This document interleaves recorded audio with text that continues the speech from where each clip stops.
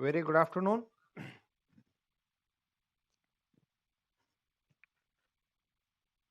So,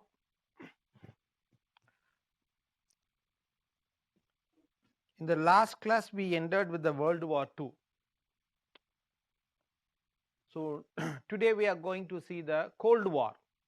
The Cold War.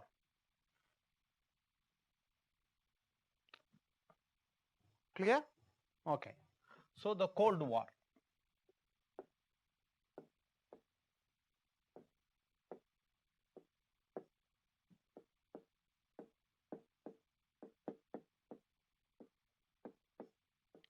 This Cold War is being classified into origin of the Cold War. Origin. Okay. First we see the meaning of the Cold War. First one is meaning of the Cold War. Meaning of the Cold War. The origin of the Cold War. Origin. Causes of the Cold War.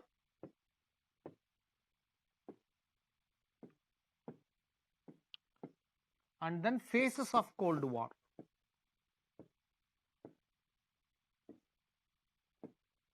The phases of Cold War. The phases is further classified into 5 phases. Phase 1, confrontation.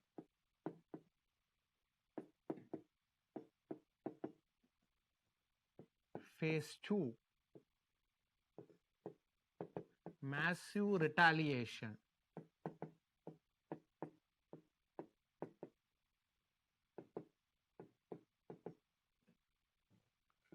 Phase 3, detente.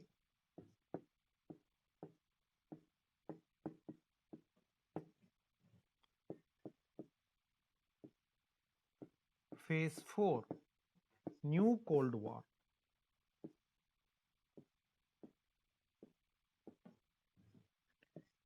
Phase 5, end of Cold War.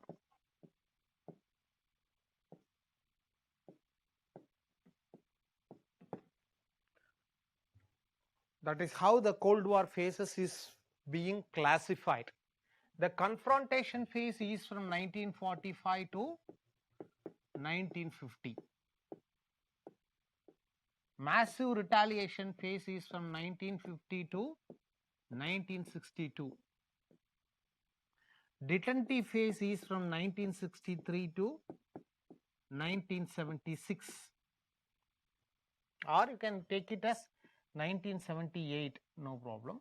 And new Cold War, 1979, 1985. End phase, 1985 to 1991.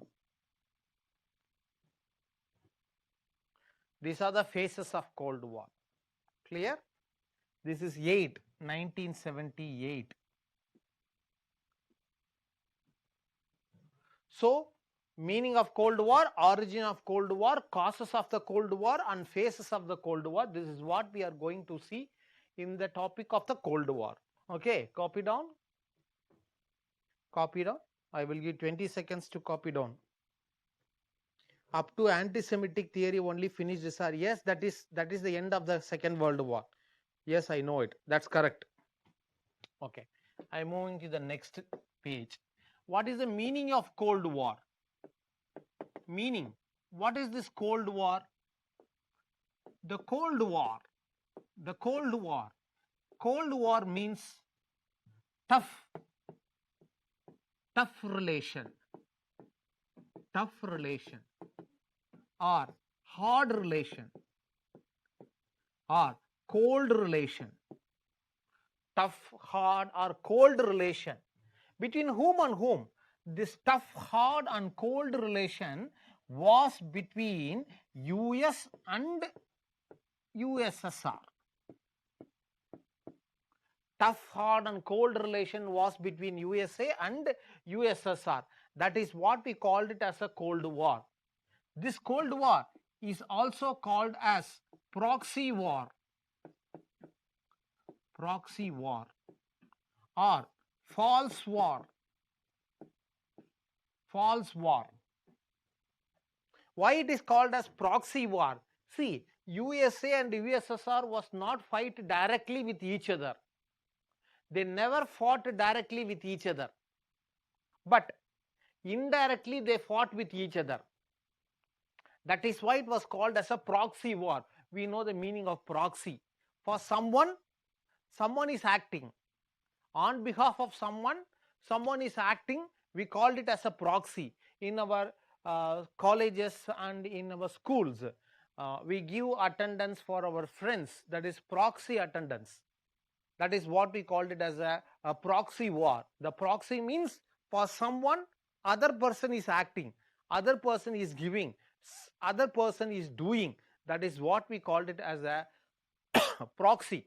So that is what we called it as a proxy war. So here, if you take the same meaning here, that is what we called US and USSR never fought directly with each other. Instead of that, some others is fighting directly, and on the back of those powers, US and USSR is supporting them. That is why it is called as a proxy war. Then why it is called as Cold War? It was called as a Cold War because the relationship between the two countries was so strained. The relationship between the two countries was very tough. The relationship between the two countries was very cold. Cold means frozen relationship. In other way, we called it as a frozen relationship. Frozen relation between US and USSR. That is why we called it as a Cold War. This is the meaning of the Cold War. Clear? This is the meaning of the Cold War. Okay? Okay. Then, what is the origin point of the Cold War? What is the origin point of the Cold War? Where it was started? Origin. Everyone thinks that Cold War was started in 1945. No, it was not. It's a wrong phenomenon. It is a wrong understanding. The Cold War was started in Russian Revolution. Actual Cold War was started at the Russian Revolution. In the Russian Revolution, in the October Revolution, Lenin formed the government of Bolsheviks. We know that. We saw it in the Russian Revolution. In the October Revolution, Bolsheviks formed the government. Bolshevik formed the government. What was the ideology of this Bolshevik state? The ideology of this Bolshevik state was socialism. Socialism and communism. Communism. Okay. So, the Bolshevik government with the ideology of socialism and communism. And if the communism is going to spread around the world, it is going to be a danger for what? It is going to be opposite for what? It is going to be the opposite for the capitalism. Capitalism. So, this capitalism not accepting this communism and socialism, so it tried to not accept this Bolshevik state. It not accepting the Bolshevik government of Russia. It not accepting the Bolshevik state of USSR, which was based on the ideology of communism and socialism. So here, under the leadership of Lenin, when the Bolsheviks formed a government in Russia in 1917, under the Russian Revolution of October Revolution, it was the starting point of the Cold War because of the ideological difference between the two. Who was the two people who had a ideological difference here? One was a capitalist and the other end was a socialist. Why capitalism? Capitalism, we know that it was based on the capitalistic theory, that is money earning people. And here because they thought that the reason for the poverty, the reason for the deteriorating condition of the people was because of capitalism. So we want to bring a equality in the society. We want to bring the resources equally to all the people. If you want to bring these kind of equality in the society, we need to have a socialism. So that is what the socialism and communism was thinking about that. So the origin point of the Cold War was started in the Russian Revolution itself. Then why we say that Cold War is considered, why Cold War started in 1945? No, Cold War was already started in October Revolution of Russian Revolution 1917, but it widened the gap between the two. Between the two means who and who here? Capitalist and the communist. Then why after the World War II? After the World War, only US and USSR was emerged successfully. USA was a capitalistic philosophy and USSR was a socialistic philosophy. So only these two giants were emerged successfully out of the Second World War. So it was an ideological clash between the two. So it was ideological difference existed between the two. Then that's why the Cold War was, that's why the relationship between the two was so widened. That period we called it as a Cold War era. That's why that period we called it as a Cold War period or Cold War duration time. Clear? Friends, are you clear? Friends, are you clear with this concept of origin of the Cold War? Can I move to the next one? Clear? Origin clear? Okay, I move to the next one. That is the causes of Cold War. Now we know that from the October Revolution, the Cold War started. How the relationship between the two widened? How the relationship between the two widened? Causes. Then we go to the causes. Causes of Cold War.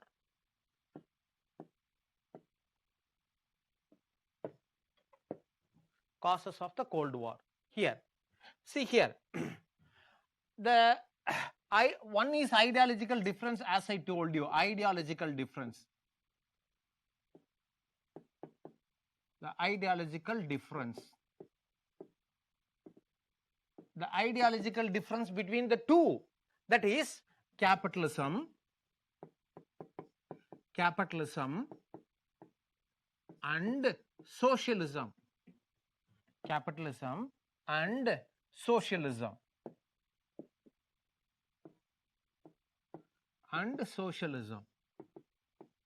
And who promoted this capitalism? United States of America. And who promoted this socialism? USSR. So there was only so this group of countries, there was only two choices for the countries in the world after the Second World War. Either they had to join with this US group or they have to join with this USSR group. When they so that was a scenario after the Second World War. Either join with USA or we have to join either to join with USA or to join with USSR. That was only two choice was there. Okay, so this group of countries where the capitalist and the United States of America was there, and these countries were called as West or Western Bloc. And this socialistic USSR was called as East or Eastern Bloc. Eastern Bloc. And the world was called as a bipolar world. That is why we called it as a bipolar world. Bipolar world. Why it is called as bipolar world? See here, either to join with US or to USSR. That is why we called it as a bipolar world. This world as a bipolar world. Bipolar should not be written here. Sorry, bipolar should not be written here. Bipolar, it should be bipolar world. Bipolar world. So where the world was divided into two groups, that is what we called it as a bipolar world during the Cold War period. Some countries, another group was emerged here. Some countries not joined in either of the group, not with US not with USSR. They never joined with US group, or they never joined with USSR group, and those group of countries were called non-aligned countries. Non-aligned countries, that is what we called it as a NAM. So NAM was emerged during the period of the Cold War. NAM was emerged during the period of the Cold War. NAM was emerged during the period of the Cold War. Okay, coming back to here. Ideological difference between the two. Who? USA and USSR. Because USA was a capitalist and USSR was a socialism. So the ideological difference between the two was one of the many reasons for the, one of the prime reason for the causes of the Cold War. One. Okay. What is another reason? Second reason. Arms race between the two. Arms race between US and USSR. Both of them started to collect, both of them started to store, both of them started to produce as much as of arms, weapons between the two. That is also one of the reasons for the Cold War. Okay, when US produced, it's a very quiet example, we can able to understand it. When US send a satellite, automatically Russia also would send another satellite. For when Russia send one satellite, USA would send a satellite. So it became a competition between the two. So the competition was in weapon making. If one country producing the intercontinental ballistic missile, another country produce 500 meters more, kilometer more intercontinental ballistic missile. If US producing 2000 kilometer intercontinental ballistic missile, USSR produced 2500 kilometer long range of intercontinental ballistic missile. So there was a competition between the two in producing the arms, in testing the arms, that leads to the arms race, and that's arms race was also one of the reasons for the Cold War. Okay, next one, third one. Certain policy announcements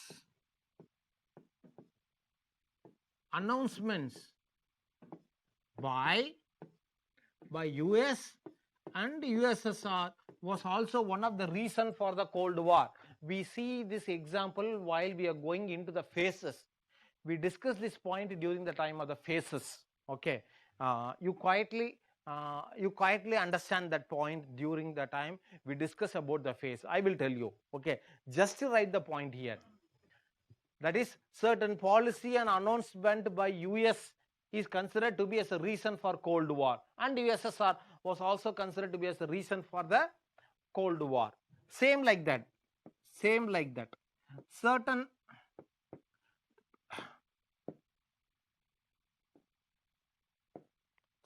personalities, the certain personalities was also the reason for the certain personalities from US and USSR was the reason for the Cold War. Certain personalities, this also you can able to understand it while we discuss the phases of the Cold War. Okay, the 2 points, third point and fourth point, you understand while we go while we discuss about the phases. Okay, arms race.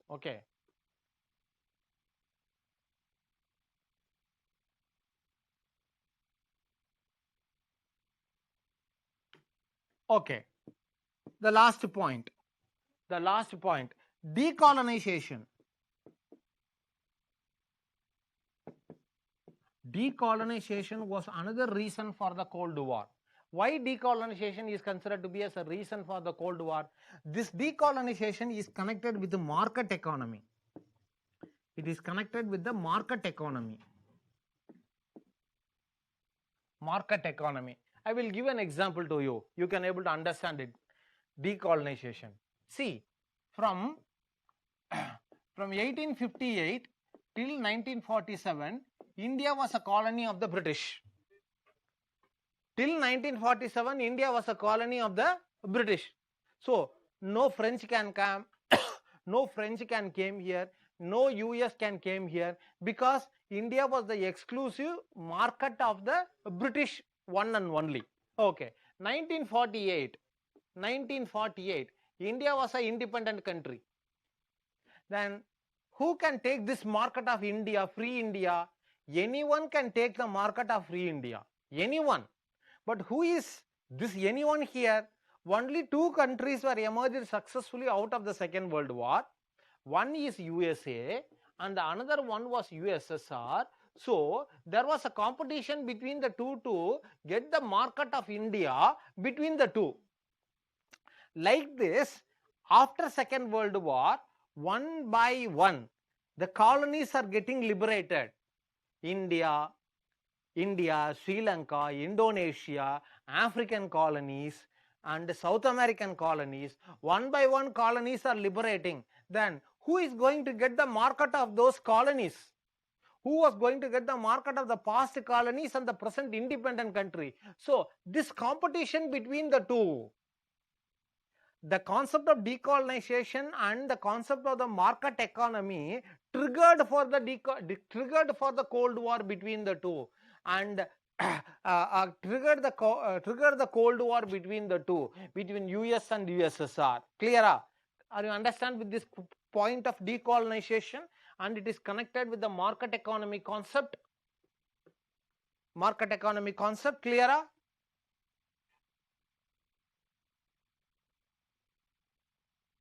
Cleared? Okay, very good, very good. Okay, now now we can move to the, yes, that's all. The causes of the Cold War, that's all. The causes of the Cold War, that's all. Now we are going to the phases of Cold War. Phases. The phase 1. Phase 1. Confrontation phase. Confrontation from 1945 till 1950. What is this confrontation? What is the concept of this confrontation phase? What is the concept of this confrontation phase? In this concept,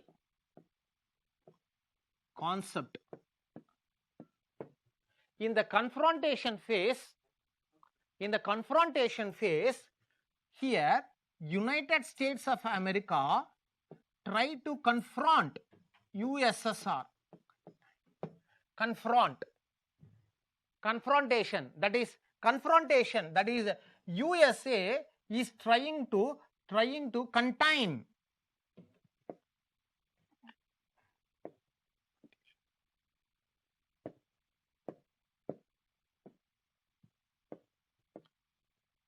here United States of America trying to contain, trying to prevent, trying to restrict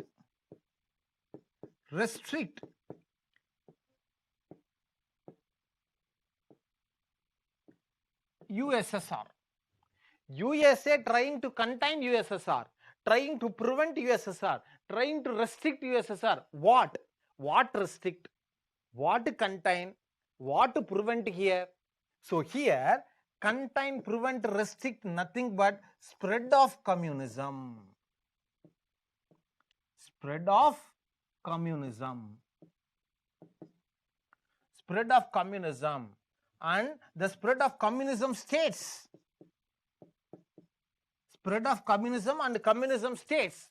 So here, between 1945 to 1950, United States of America trying to contain the spread of communism, trying to prevent the spread of communism states, trying to restrict the spread of the communism. Understand the concept? This is concept. USA trying to restrict, that's all. Restrict. It is only trying to restrict. It is it is not giving any counter attack.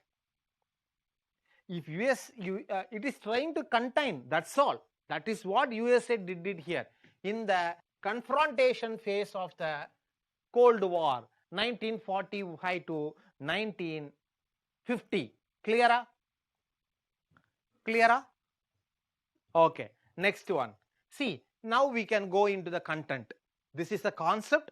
Now we go into the content. For this, I will get a map.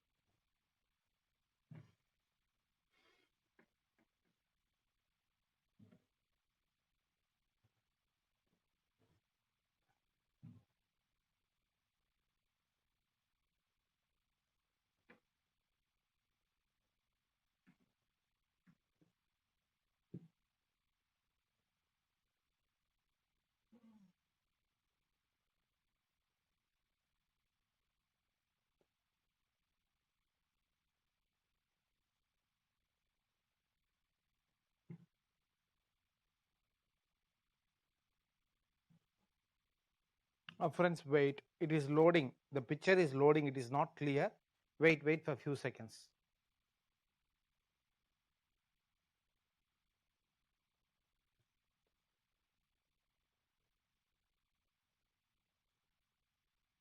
Net slower ka ba? Net slower ka? Load ಆಗ ಮಾತಂದೆ.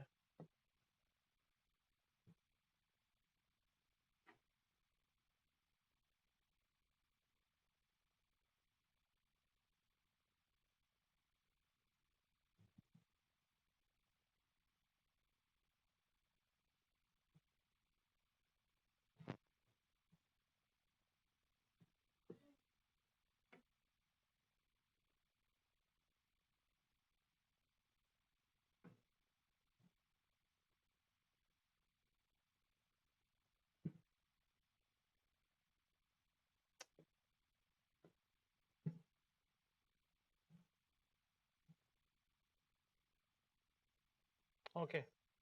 We see this map.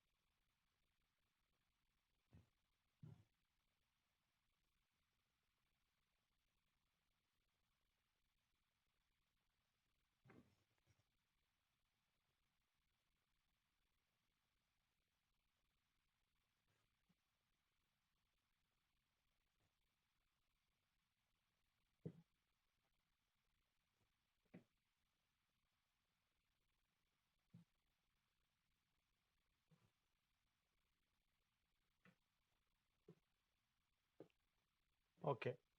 See the map here. This is what the map I can able to get it. Please adjust, friends. Friends, try to adjust it. Okay. See here.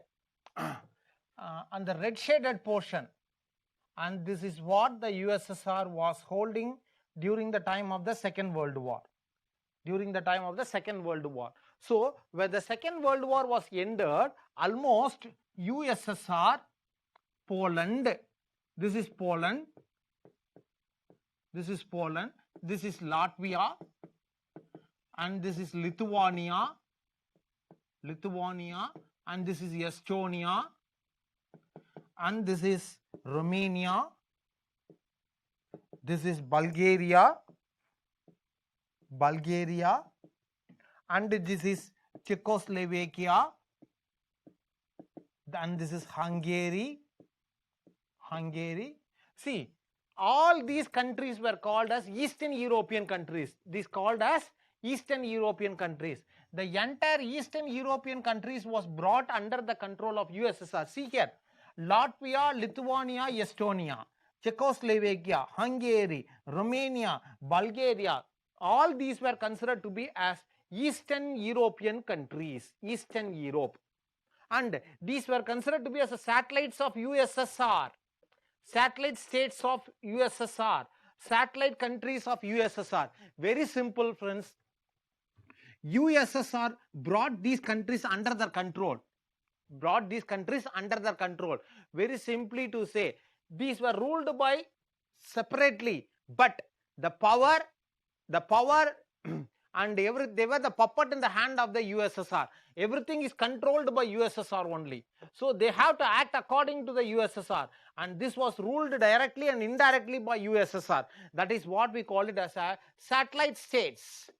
The satellite states, the satellites of USSR. The satellites of USSR. So what happened in the European continent after World War was, the first thing, 1945. That is in the confrontation phase. In the confrontation phase, 1945, Europe was divided into two blocks. Europe was divided into two blocks. Western bloc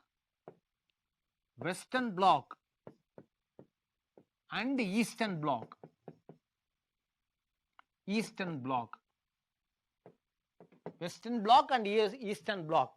As we see earlier, the Western bloc was led by USA and the Eastern bloc was led by USSR. Clear? Okay. Next one.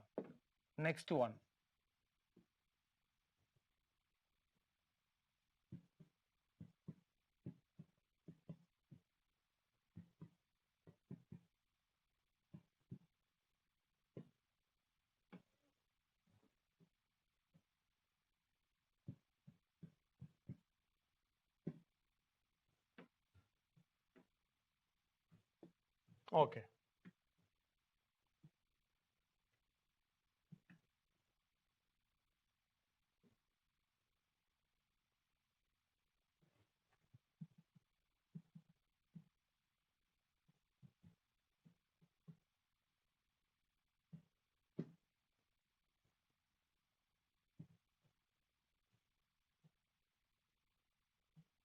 Okay.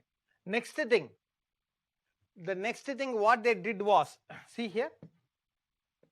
The next thing what they did was, Germany was divided into 4 different zones.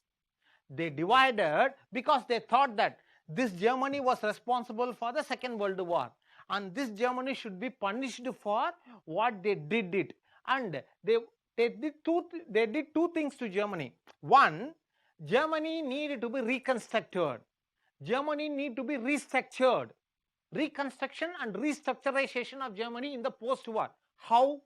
A single country would not be possible to restructure this Germany. Either US or British or France cannot take it single-handedly to restructure the Germany after the Second World War. So 4 allied power countries took the responsibility of restructuring the Germany after the Second World War, and those, because of the reconstruction of the Germany, they have divided Germany into 4 different zones, and that is what we called this. See here, this is the British zone. This is British, and this is France. Okay, I will show you different one. I think this is not sufficient.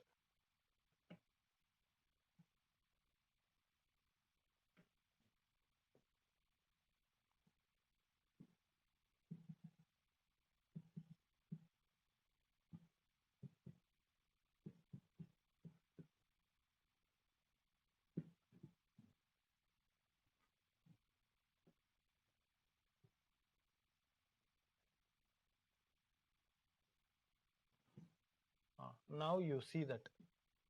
See here. See here.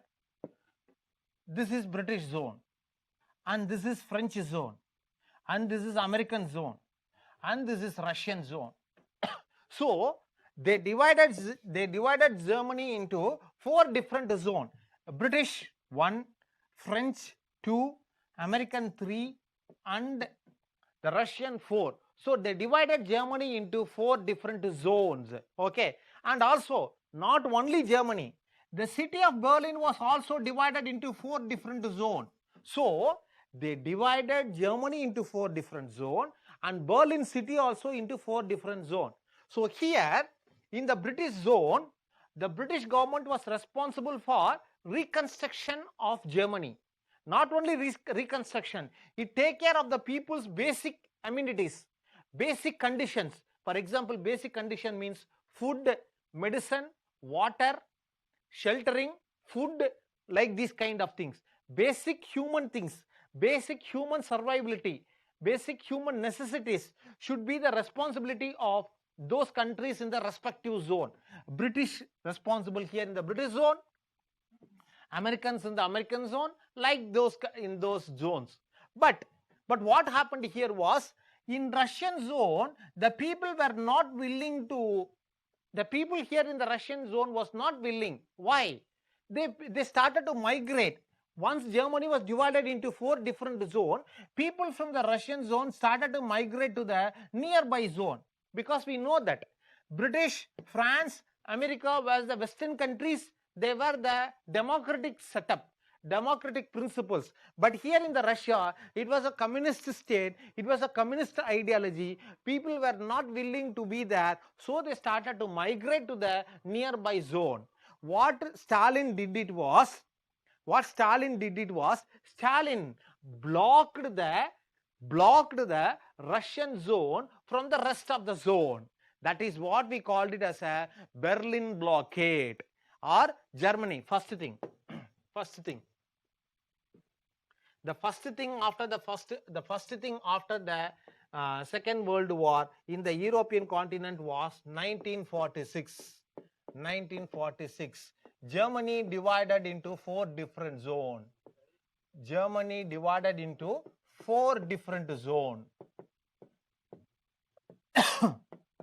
Germany divided into 4 different zones. Not only Germany, Berlin was also divided into 4 different zones. 4 different zones. 4 different zones.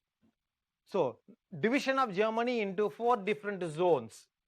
1946. 1946. Okay. Okay. And as I told you,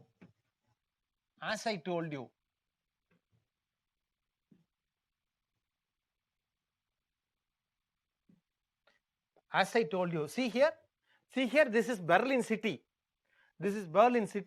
Berlin city is also divided into British, American, and French and Soviet zones.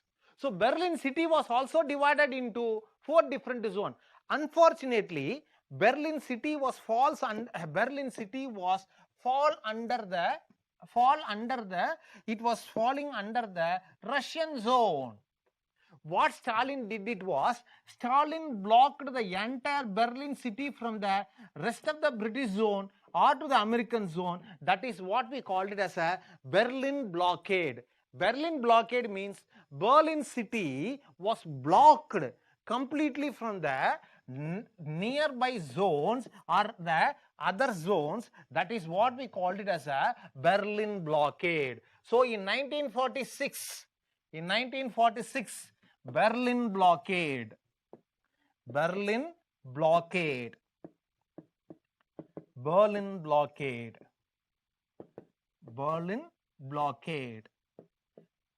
What Stalin did? Stalin completely blocked the Berlin city, which falls under the Russian zone. He never allowed either British, American or French to come to the city of Berlin by crossing the by crossing the Russian zone. He blocked the Berlin city. That is what we called it as a Berlin blockade.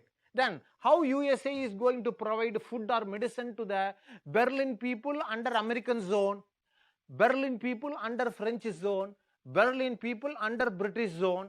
Then USA dropped everything by airlift, by aircraft. They dropped every food materials, dresses, medicines and water packets to the people in the Berlin city. That is what we called it as a Berlin airlift. Berlin airlift.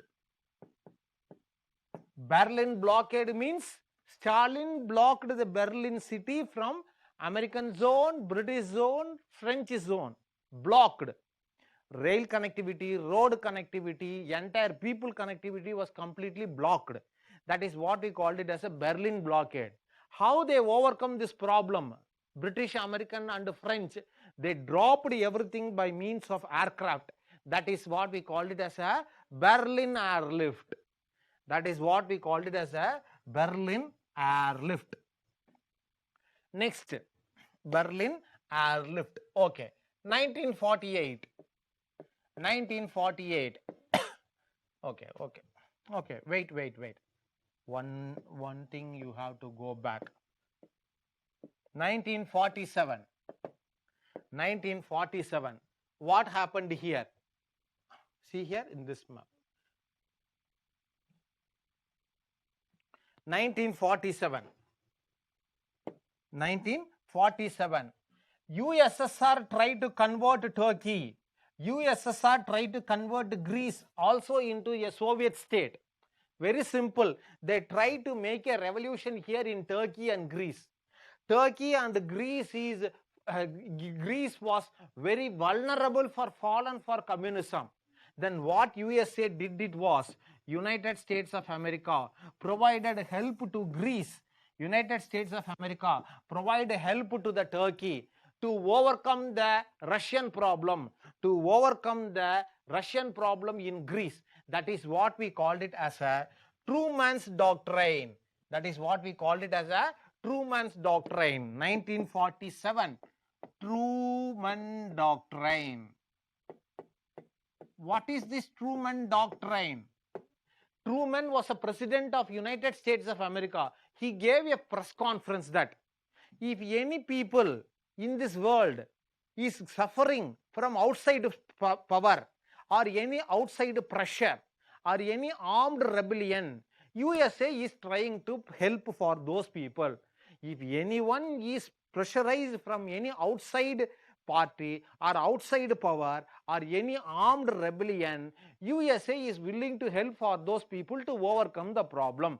This is what told by US President in a press conference. That it became Truman's Doctrine. That is called Truman's Doctrine. This Truman Doctrine is about what?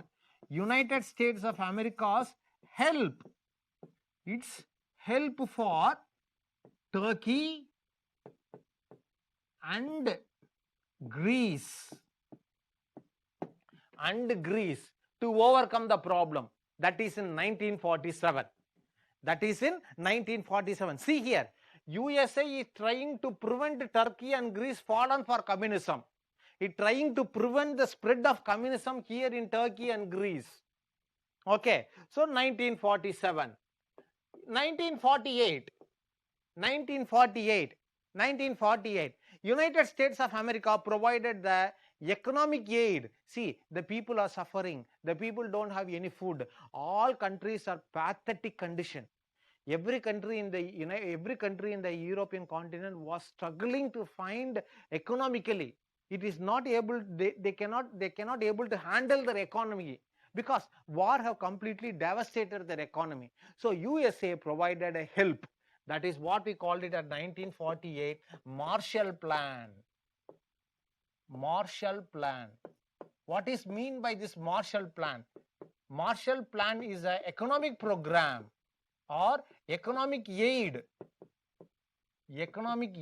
for European countries. For European countries. Marshall Plan was an economic aid for the European countries. See, all European countries. Economic aid for the European countries. Who is this Marshall? Marshall was the Secretary of State of United States of America. So he was a Secretary of State of USA. So Marshall's Plan, economic aid for European countries. $13 billion. $13 billion as aid to Europe. As aid to Europe by United States of America. USA provided $13 billion as aid to the European countries. That is what we called it as a Marshall Plan. That is what we called it as a Marshall Plan. Now what happened in Europe after this? Slowly the countries are recovering from the economic problem because of the Marshall Plan, because of the aid they got it from US. Now European economy was reviving. European economy is now it is coming back. European economy is now European economy is stabling. Now European economy is stabling because of the economic aid they received from the United States of America. So that was Marshall's Plan. Okay, why USA provided this aid? If the countries are not recovered, they would fallen for communism. So USA trying to prevent here, restrict here, spread of communism. Clear? Okay. Next thing, what United States of America did it after this? See, after this what they did was, see here, these four countries integrated the zone. British, America and France integrated their zones into one because these were liberal countries, capitalistic countries. British, French and America were the capitalist countries. They were liberal countries, democratic countries. So they integrated their zone into one and they named this as a Western Germany or West Germany. So this Russian zone became East Germany.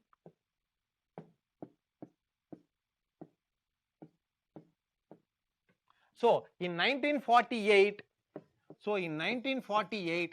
Germany was divided into two countries.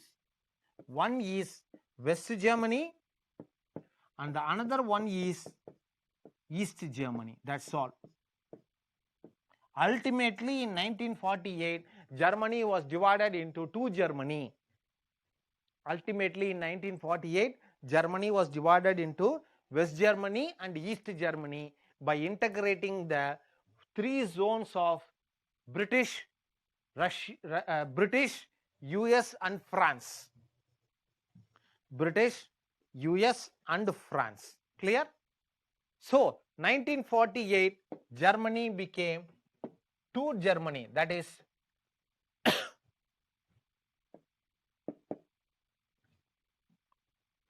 (1948) Germany, four zones became West Germany and East Germany.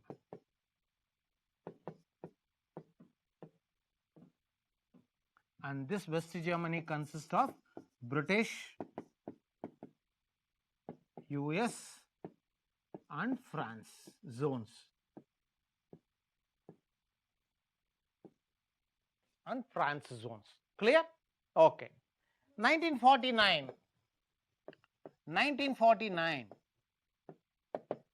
The Western countries means who? I will show you the map. The Western countries got fear. This Western countries of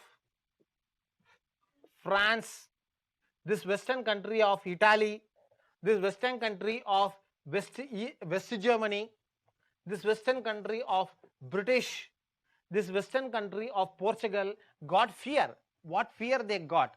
If Russia invaded in this country, what would happen? it is very easy for Russia to invade. So how to avoid this one? Very simple, how to avoid Russian invasion in Western Europe? They started to think, what is a solution for this? What is a solution to prevent the Russian invasion or Soviet invasion in the Western Europe?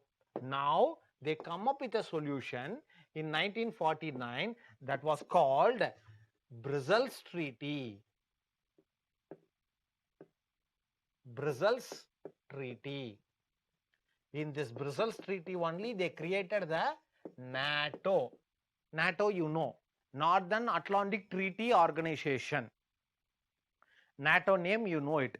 Northern Atlantic Treaty Organization called NATO, 1949. What was the objective of this NATO objective?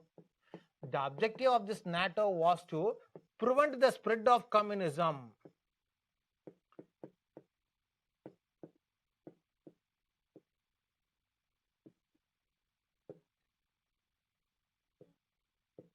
Prevent the spread of communism and to prevent Soviet invasion.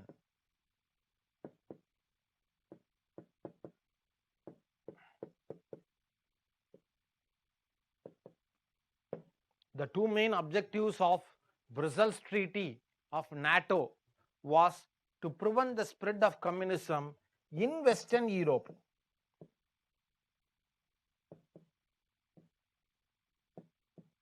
To prevent Soviet invasion in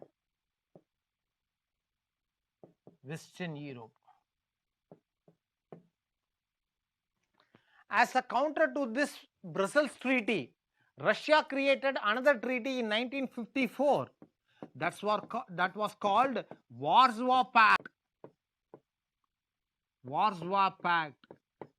This is for USSR. Military support. Military support for Eastern European countries. So here in the NATO, United States of America is going to provide military support for the Western Europe. Very simple. So USA military support for Western Europe. But in Warsaw Pact, USSR military support for the Eastern European countries. So I told you one points, causes of the Cold War. Certain policies, certain announcement extended the relation. Certain policy and announcement causes for the Cold War. This is one cause. This is one point. Because when the Western European countries formed NATO as a counter to NATO, in the Eastern Europe, under Soviet Russia, they created another thing that is called Warsaw Pact. Warsaw Pact. That Warsaw Pact is for what? That is for the safety, security of Eastern European countries from whom? It is from military support for Eastern European countries from Western invasion. Western Bloc countries invasion. Western Bloc countries invasion. From Western invasion.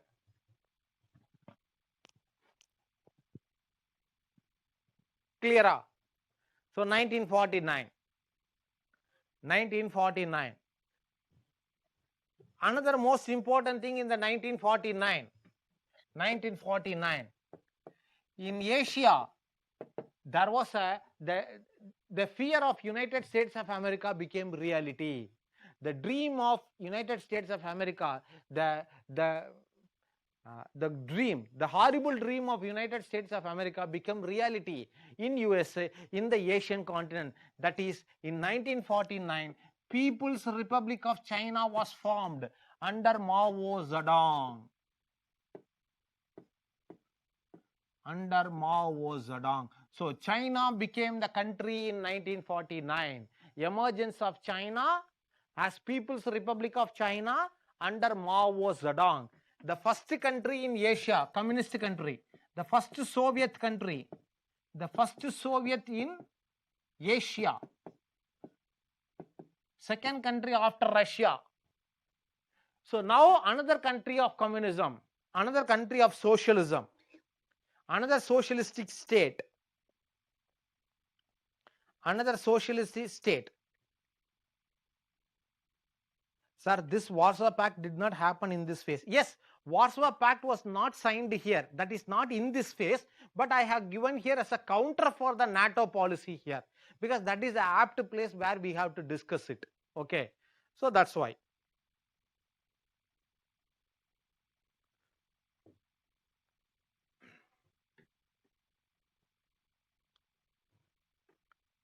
Okay, Soviet state. So with this, the policy of confrontation is the policy, the phases of confrontation. First phase is over. The first phase is over. Next we are moving to the phase. Next phase. Okay. Here one more thing I forgot, but you can write it here. When Berlin was divided into two, when Germany was divided into two, in 1948, Stalin tried to prevent the flow of people from Berlin city to the rest of the zone. What he built in 1948 was a Berlin Wall. He built a wall between the Berlin city. Berlin city itself was divided into two in 1948. That is what we called it as a Berlin Wall, 1948. That is what we called it as a 1948 Berlin Wall. That is Berlin Wall.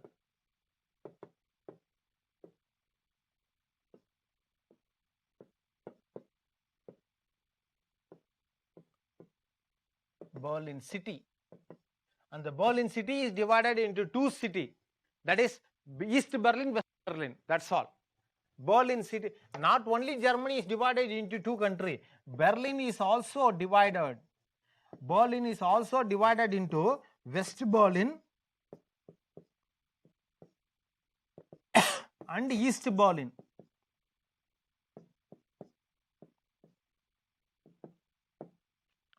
One brother in West Berlin, sister in East Berlin, father, mother in West Berlin, children are in East Berlin. This kind of horrible stories was there in Berlin city. This kind of horrible stories was during the Cold War phase, and these people never united. Only after the disintegration of Soviet Russia, sisters and brothers came together, family union, and the family got united only after 1991. This was the saddest and the most horrible incidents in the world during the time of the Cold War. Okay.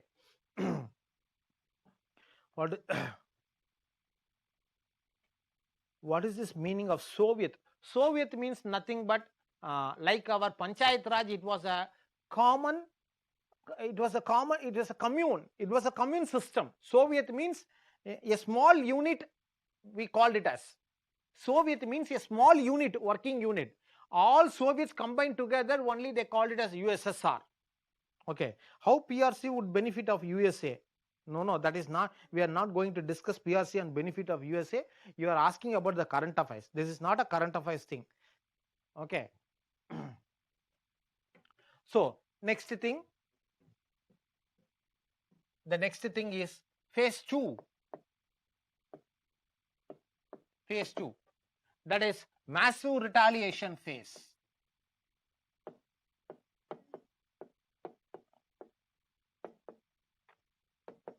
The massive retaliation phase. The massive retaliation phase from 1950 to 1962. Here, what is this massive retaliation phase? Concept. In this massive retaliation phase, USA is going to reply, counter, or it is going to reply, it is going to counter, it is going to answer for USSR.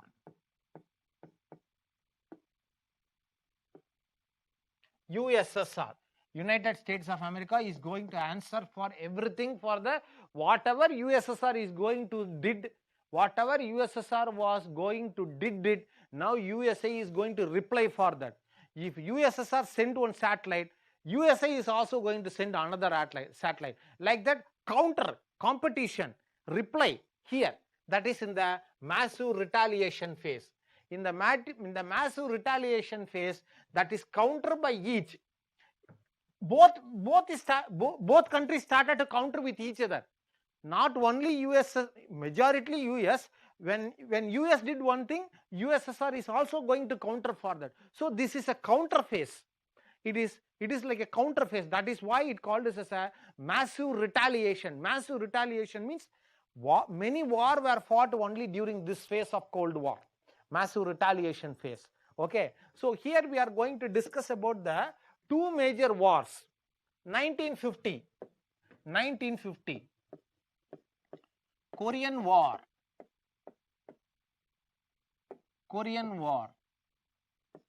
1950 of Korean War.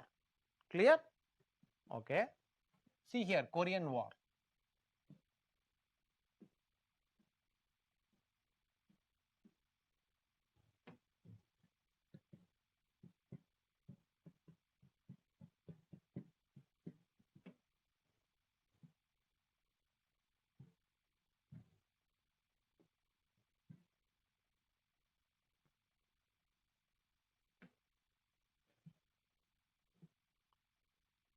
Just hear the story, just listen and hear the story, that it is enough here.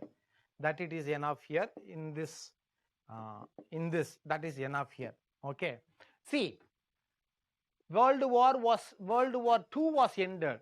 How this World War II was ended here in the Korea? China and USSR was invading from the north of Korea. And United States of America was invading from the south of Korea, because Korea was occupied by Japanese. During the Second World War, Korea was occupied by the Japanese. So China and USSR invading from the north of Korea. USA was invading from the south of Korea. Slowly they are recovering part by part of Korea from the Japanese. Second World War time. In the Second World War time, part by part, area by area, recovering by USSR and USA from the north and south of Korea, and both the armies are slowly forwarding. And when they came to the half of the Korea, 38th parallel line, complete Japanese surrendered, the Japanese were surrendered. They have completely recovered Korea from the Japanese occupation. Okay. Now from the northern part of the Korea, China and USSR was there. In the southern part of the Korea, United States of America was there.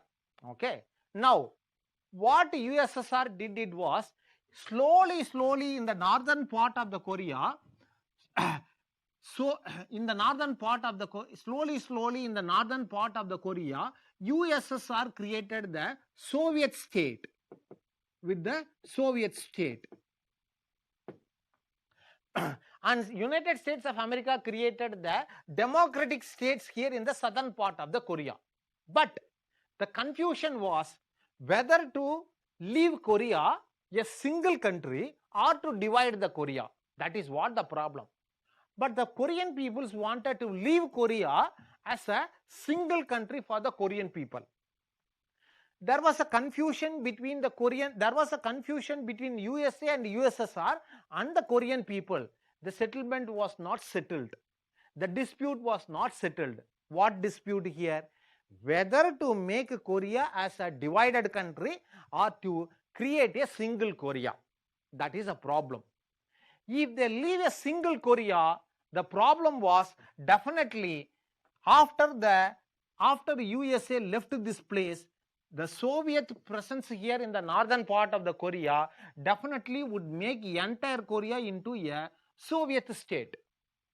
Definitely that is going to be like China, it is going to be another Soviet state, another Soviet state. So Soviet Korea it would be. So USA don't want Korea to be fallen in the hand of communism.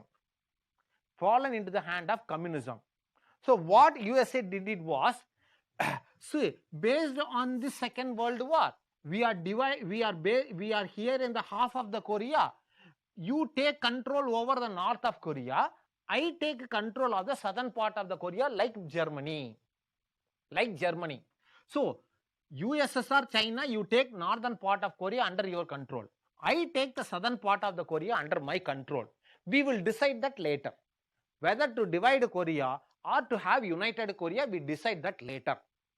And USA was very busy in this after Second World War, because in the European continent there was a Berlin blockade, Brussels Treaty, and everything was there.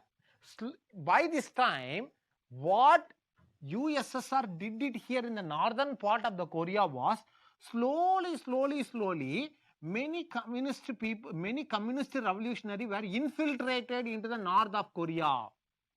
Understand? Communist revolutionaries infiltrated, and a party was also created here in the northern part of the Korea, that was called People's Republic of Korea, PRK party. People's Republic of Korea. The leader of this People's Republic of Korea was Kim Jong-il. Kim to the Jung. Actually, Kim to the Jung. Okay, I will write it clearly. In the northern part of the Korea, a party was created that was called People's Republic of Korea, and the leader of this party was Kim to the Jung. Present Kim's grandfather. Present Kim, Korean leader. Present Korean leader Kim's grandfather. He was a leader of the People's Republic of Korea, and he was strongly rooted communism here in the northern part of the Korea. And he raised an army. He raised a Soviet army, revolutionary army in northern part of Korea. What was the purpose of this army here in the northern part of Korea? The purpose of this army was to unite Korea as a single Korea, to create a single Korea. If they want to unite a single Korea, they need to bring the communism here in this part of the Korea. Now, 1950, what happened here was, these People's Republic of Korea's revolutionaries people, they came down from the north and they started to cross this 38th parallel line, which is considered to be as a marked imaginary line between the north and south of the Korea, which divided into USSR and the USA here. And the People's Republic of Korea army started to cross this boundary line, and they invaded into the southern part of the Korea. And now USA objected for this one, and USA raised this issue in the United Nations organization, where the northern Koreans invaded into the South Korea. That became the Korean War. Every country criticized North Korea because it is a clear infiltration, it was a clear invasion. And Russia supported for North Korea. That's why many countries criticized Russia in the Korean War, because it supported for Northern Korea. So immediately what happened was, United Nations organization, UNO, sent the peacekeeping force from 28 countries into the Korea for the Korean War. India is one country which sent the peacekeeping force for the Korean War. We also became the chairman of the Repartee Council in the Refugees Commission in the Korean War. General Timmaiya from India was a chairman of the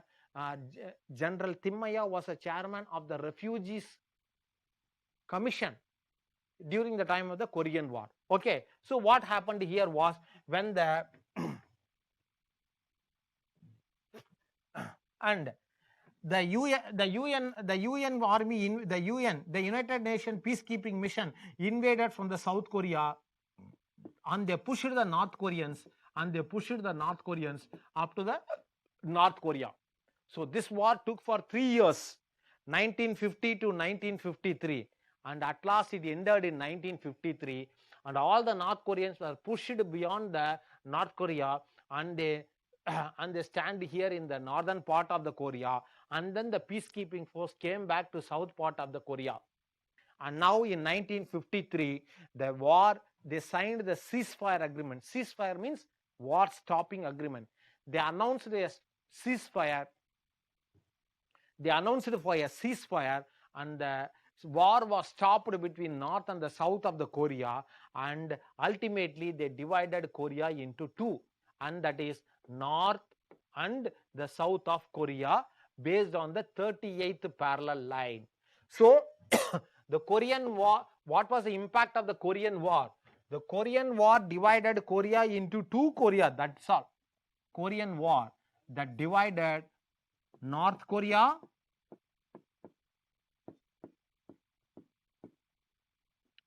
and South Korea based on the 38th parallel line.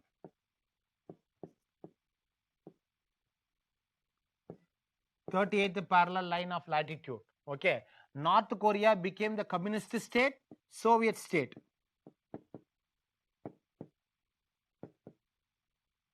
And South Korea became the democratic state.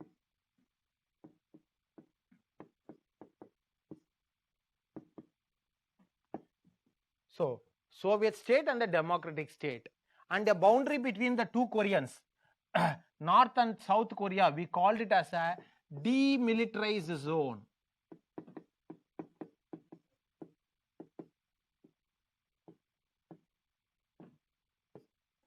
Demilitarized zone. So they called it as a what is mean by demilitarized zone?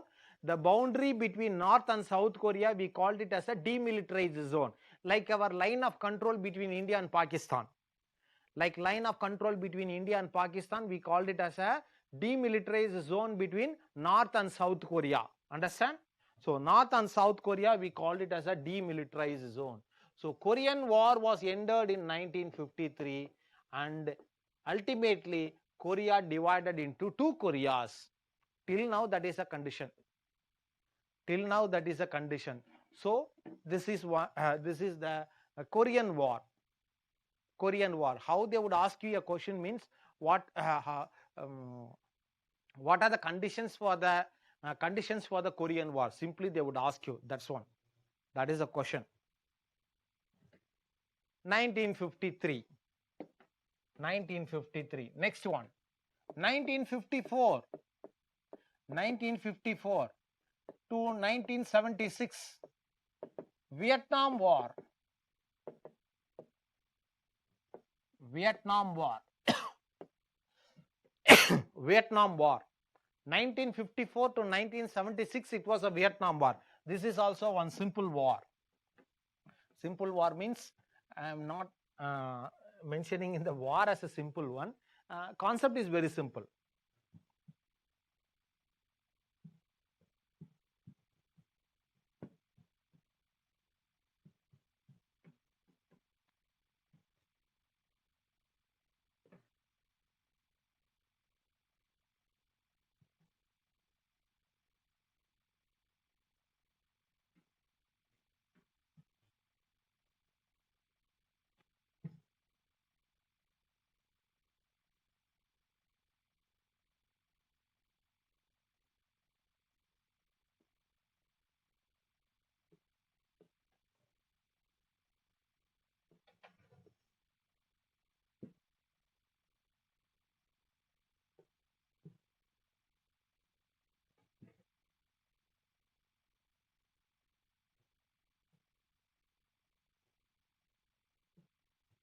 See, that is the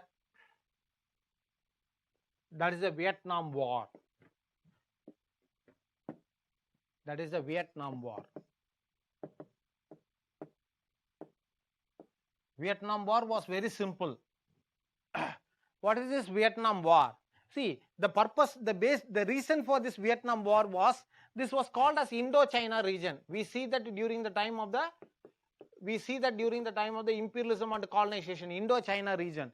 This Indo-China region was ruled by whom? France. Now now France was ruling this part of the Indo-China region. Now we see this during the time of the after First World War, the world between the wars.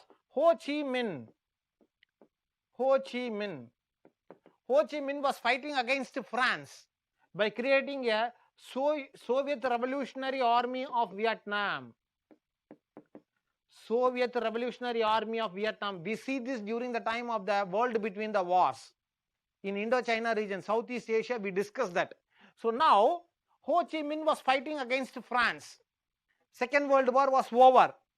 Now once again, the Ho Chi Minh is asking the France to leave out of France. But France was not leaving out of Indo-China region. Because of this, after the Second World War, there was war between the Soviet revolutionaries of Vietnam. Soviet revolutionaries of Vietnam and France. The war continued here. The France was not leaving out of this Indo-China region. And here, 1954, France was supported by United States of America. Now USA is entering into the Vietnam War. Now United States of America is entering into the Vietnam War. Why? What is the purpose of USA to entering into the Vietnam War? See here, already China became a communist state. Now in the Korea, it was the North Korea. India is also the soft socialist countries under Jawaharlal Nehru now in India. So in entire Asia, the communist states are emerging. So USA don't want another country to fall for communism. It wanted to stop the spread of communism here in the Asian continent. So it don't want the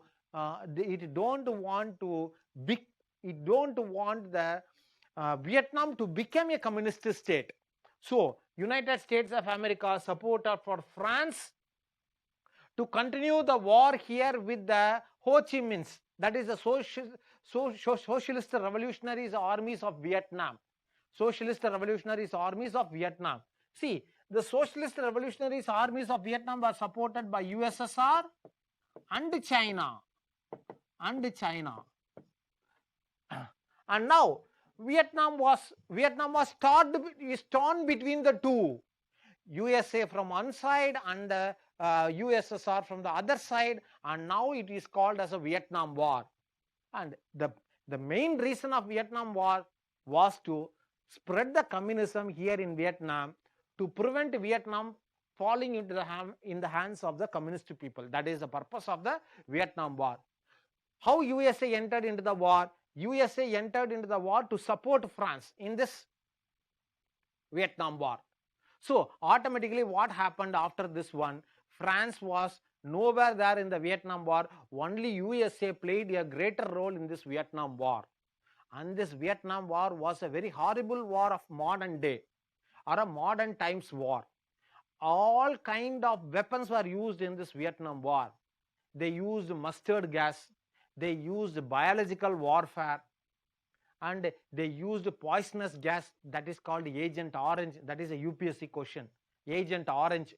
Agent Orange is considered to be as a poisonous gas which was used there in the Vietnam War. They used mustard gas. They used acids.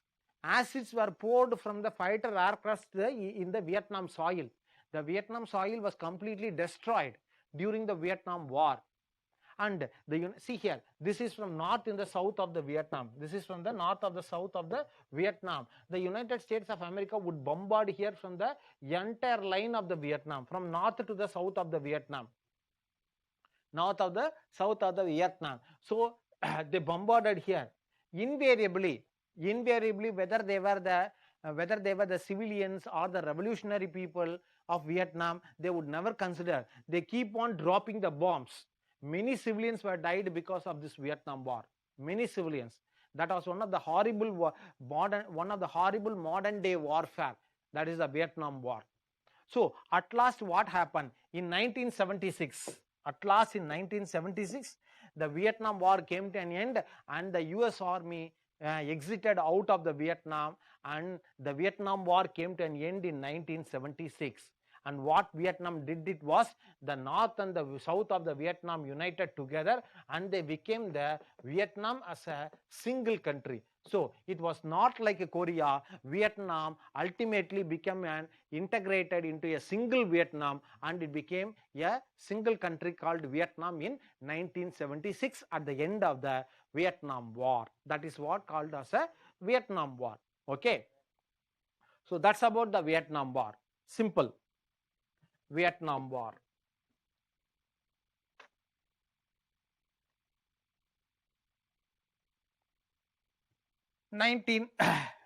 Some things will happen in the massive retaliation phase. In the 1953,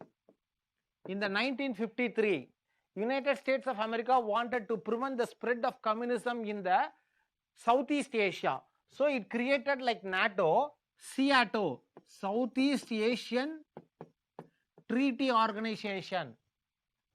S for South, E for East, A for Asia, T for Treaty, O for Organization. What was the objective of the Southeast Asian Treaty Organization, SEATO? To prevent the spread of communism. To prevent the spread of communism.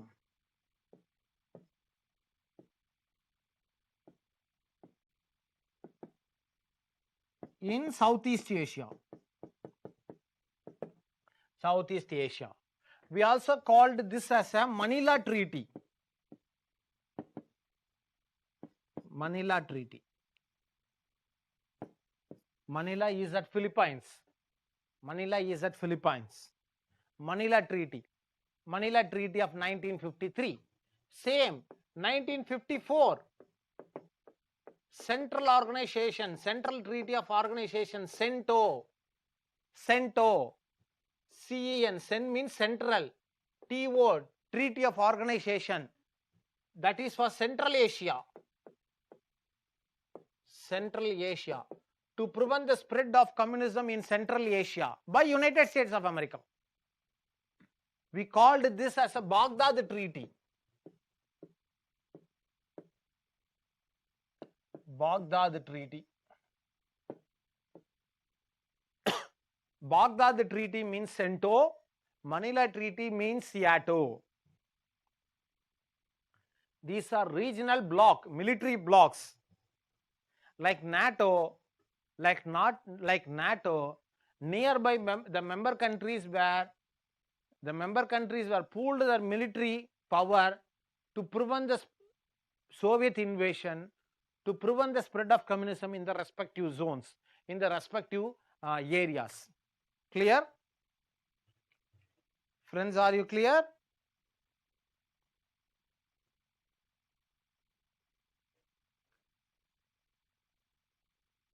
Are you clear? Very good. Very good. Next one. Cuban Missile Crisis. Cuban Missile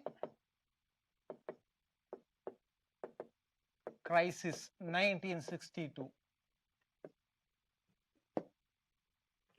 Cuban Missile Crisis of 1962. What is this Cuban Missile Crisis?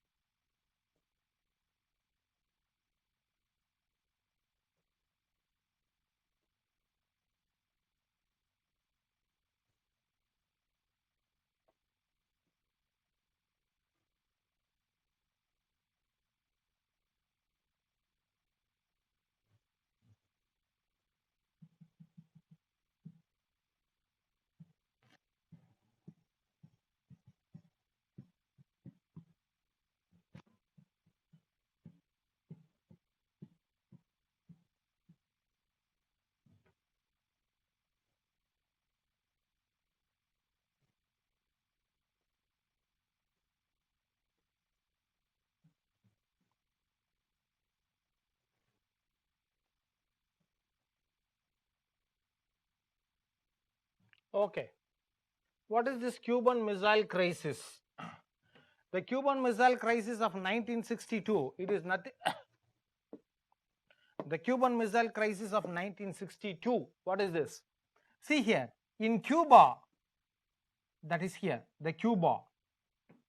In Cuba, the USSR planted the Intercontinental Ballistic Missile, ICBM. Intercontinental Ballistic Missile. What is mean by Intercontinental Ballistic Missile, ICBM? Intercontinental Ballistic Missile is nothing but a missile which travel from one continent into another continent. That is 2000 kilometer, 3000 kilometer, 4000 kilometer, like that. So the intercontinental ballistic missiles of USSR was planted here in Cuba, and they targeted the entire major cities of United States of America. So all the US cities were brought under the scanner of Russian missile. All major cities. See here in the picture, you can able to see it here. San Francisco, Los Angeles, Chicago, and Pittsburgh, New York City, California, New Orleans, Mexico, New Mexico, every city, all the major cities were brought under the Cuban missile, that is under the missiles from the Cuba.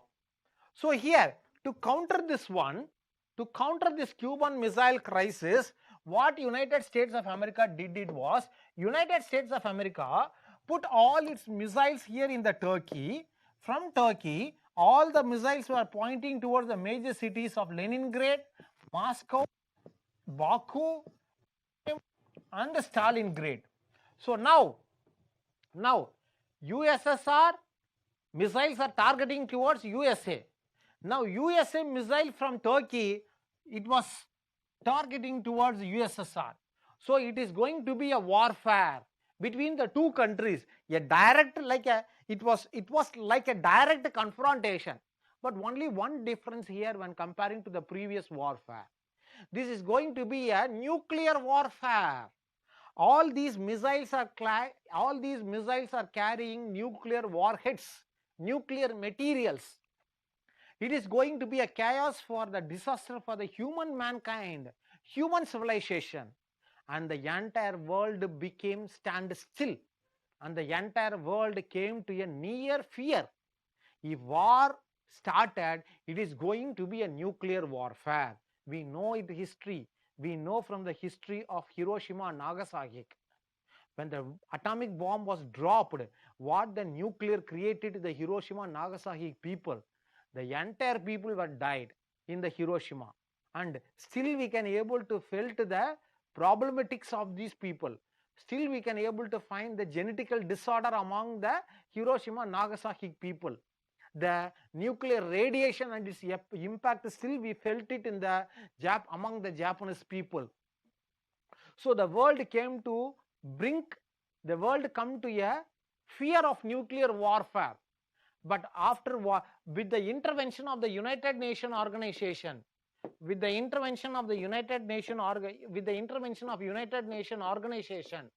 now what happened was both the countries agreed to dismantle the intercontinental ballistic missile from Cuba and from Turkey.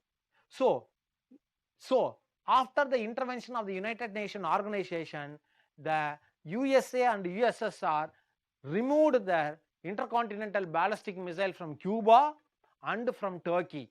And now, because of the United Nations effort and the other leaders' effort, the major nuclear warfare was prevented.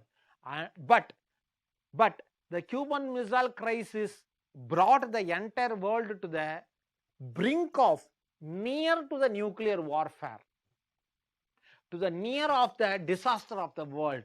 So the world realized the horribleness of the nuclear warfare the world is going to face, and both the countries of US and USSR realized about the threat of the nuclear warfare.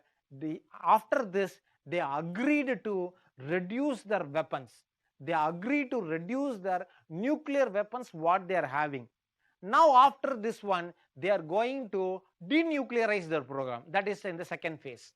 That is in the third phase. That is in the third phase, denuclearization. Okay. So with this 1962 Cuban Missile Crisis of massive retaliation phase ended. Cuban Missile Crisis is one small phase, that's all. Okay. So but it is a great impact in the world. It have a great impact. So with the Cuban Missile Crisis, we have finished it off the massive retaliation phase. Clear? Okay. So we can have a short break now. Now it is 3:10. We start by 3:15. Okay, 5 minutes we can have a break.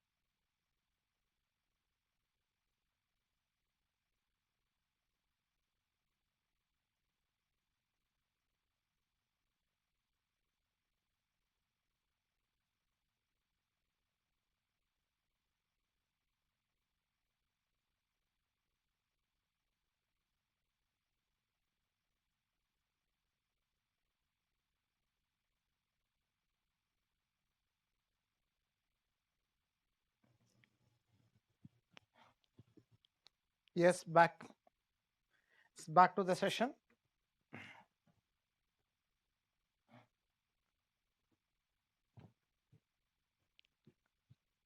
The fourth phase. Yes, we can start. The fourth phase, phase 4. Phase 4. That is called detentive. Sorry, phase 3. Phase 3. Phase 3. That is called detentive phase.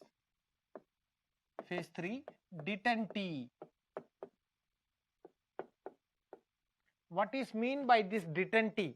Detentive means Latin word. The Latin word. What is the meaning of this word detentive?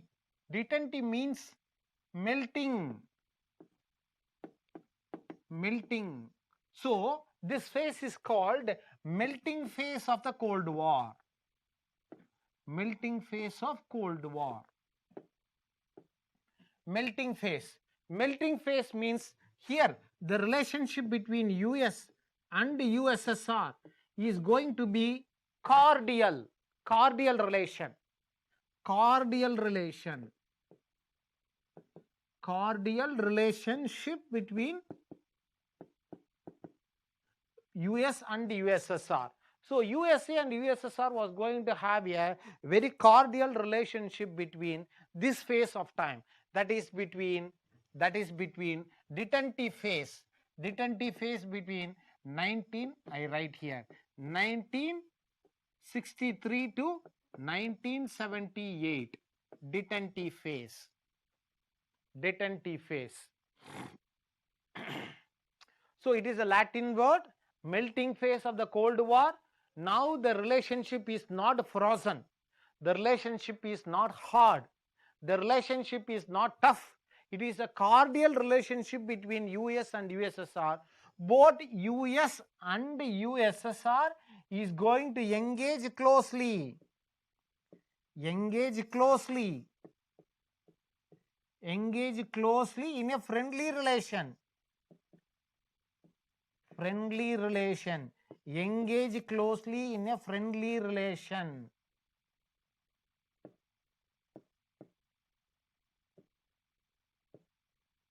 Both USA and USSR was going to engage in a very close relation now in this phase of detentive. How? What are the evidence? What are the justifications for this close relationship between the two? 1963, Partial Test Ban Treaty. Partial Test Ban Treaty. Partial Test Ban Treaty was signed between the two. PTBT. What is mean by this Partial Test Ban Treaty? No nuclear material should be bombarded in land. No nuclear material should be bombarded in land, surface of the soil, that is in the surface of the soil. Understand? No nuclear material should be bombarded in the surface of the soil, under the water or in the atmosphere. Partial Test Ban Treaty. No nuclear material or no nuclear bombardment in the surface of the soil or underwater or in the atmosphere. That is what we called it as a Partial Test Ban Treaty. This is for entire world countries. This is for the entire world countries to prevent the spread of nuclear, to prevent the nuclear warfare among the countries. That is called Partial Test Ban Treaty, 1963. Okay. In 1969, nuclear non-proliferation. Okay. Nuclear non-proliferation. Proliferation treaty. Nuclear non-proliferation treaty for all countries. Proliferation means what? Spread. Proliferation means spreading of nuclear materials. From whom to whom it is spreading? From where to where it is spreading? See here, non-nuclear proliferation treaty, the proliferation of nuclear materials from nuclear countries to non-nuclear countries.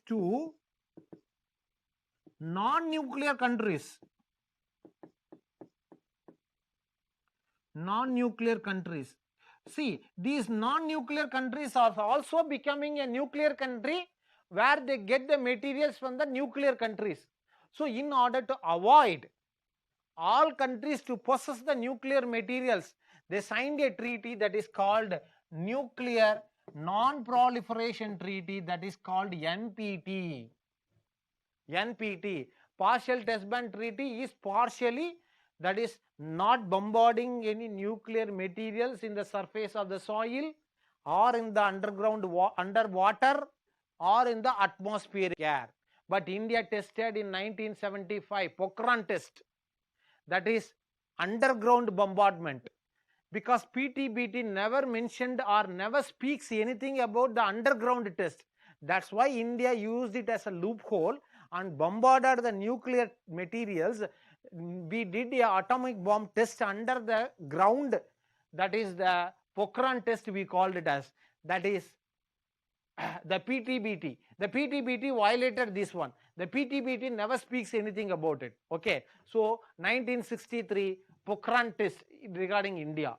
1969 non-proliferation. India don't have any nuclear material, then how India is having nuclear power plants here? So we are having uranium, we get uranium from other countries and enriching the uranium here, but we are using uranium only for the peaceful purpose, not for any nuclear purpose. So the purpose of the non-nuclear so the purpose of this nuclear non-proliferation treaty is to avoid spreading of nuclear from nuclear countries to non-nuclear country.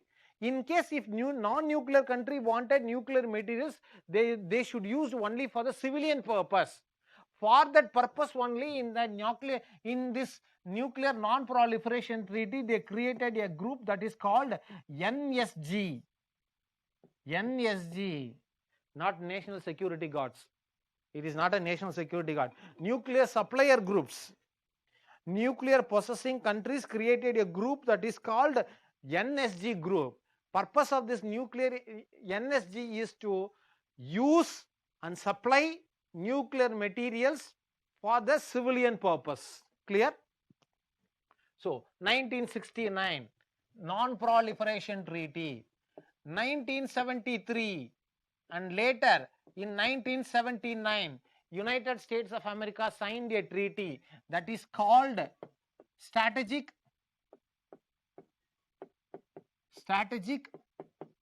Arms Limitation Treaty, that is called SALT. This SALT, the Strategic Arms Limitation Treaty, SALT is between US and USSR only, not for any other country. See, the name itself will give the meaning to you. The name itself understand the meaning to us, that is arms limitation. So now they are going to limit their arms.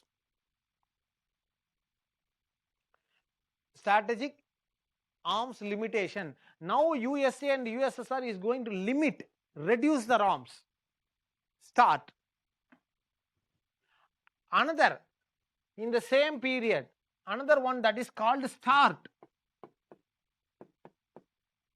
START Treaty, Strategic Arms Reduction Treaty. This R gives the meaning of reduction.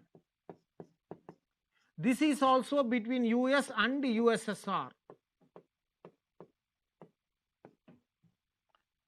One is SALT and another one is START Treaty between US and USSR. That is, this is limitation, this is reduction. One is limiting and the other one is reduction.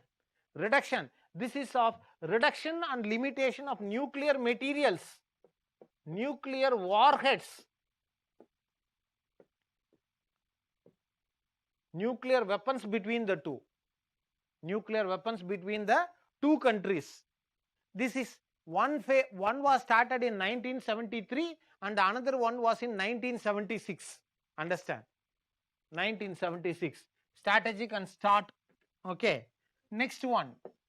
After the disintegration of Soviet Russia in 1993, this is after USSR disintegration, 1993, another treaty was signed that was called Comprehensive Test Ban Treaty. Comprehensive Test Ban Treaty, that is called CTBT. Comprehensive Test Ban Treaty, that we called it as a CTBT. So, this CTBT is for world countries. This CTBT is for world countries.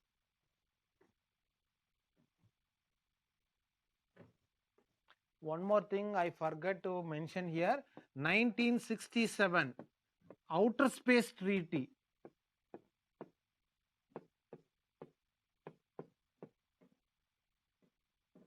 Outer Space Treaty, 1967.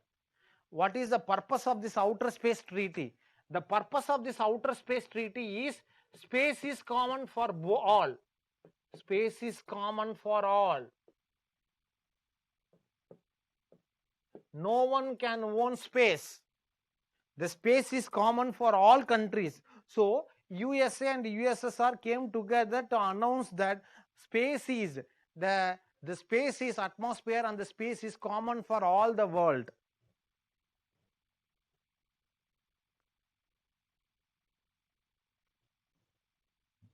Outer Space Treaty.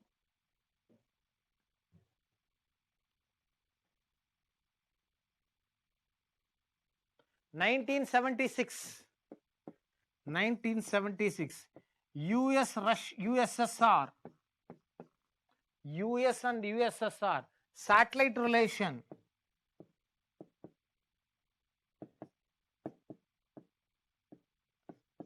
US and USSR satellite relation. Now both the countries come together to produce satellites mutually. US Apollo, USSR Soyuz satellite relation, Apollo Soyuz relation.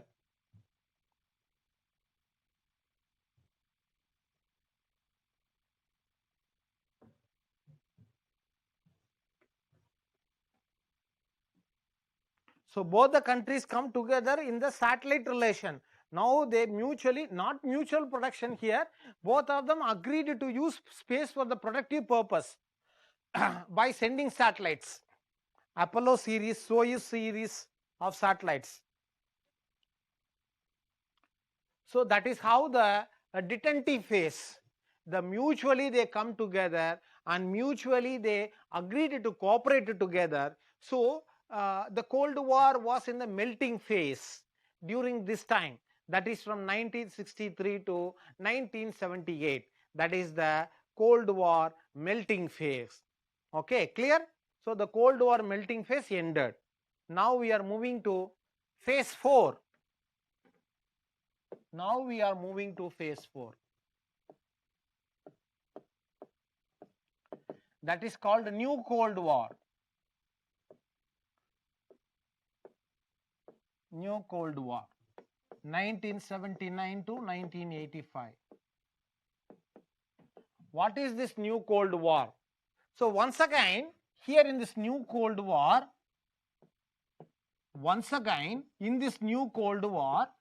relationship to be tough. Relationship was tough, hard. Relationship was frozen between US and USSR. So here from 1979 to 1985 we called it as a New Cold War. Why? Once again the relationship between US and USSR is going to get frozen. Tough relation, strained relation. Okay, so how it was started? It was started, this is a concept. How this is started? How this was started? By means of single event, by means of a single incident, it was started.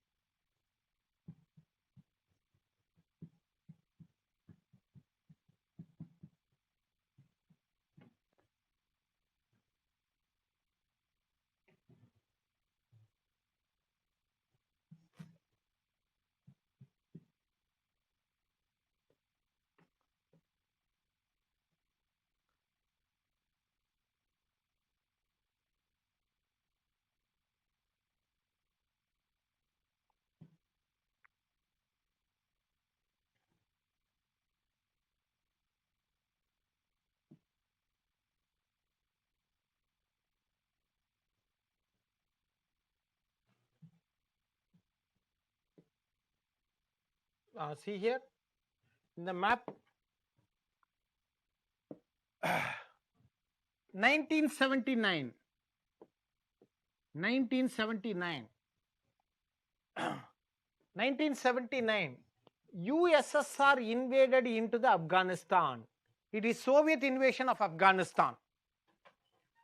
The Soviet invasion of Afghanistan was started in 1979. Why? What is the purpose of Soviet to invade in Afghanistan? I think you have come across in the bilateral relationship class about the 1979 Iranian Revolution, the most important revolution in the ancient continent. Because till from after the Second World War till 1978, Iran was ruled by a monarchy, but that it was a pro-West monarchy. It was ruled by Shah dynasty, which was a pro-capitalist and pro-Western country.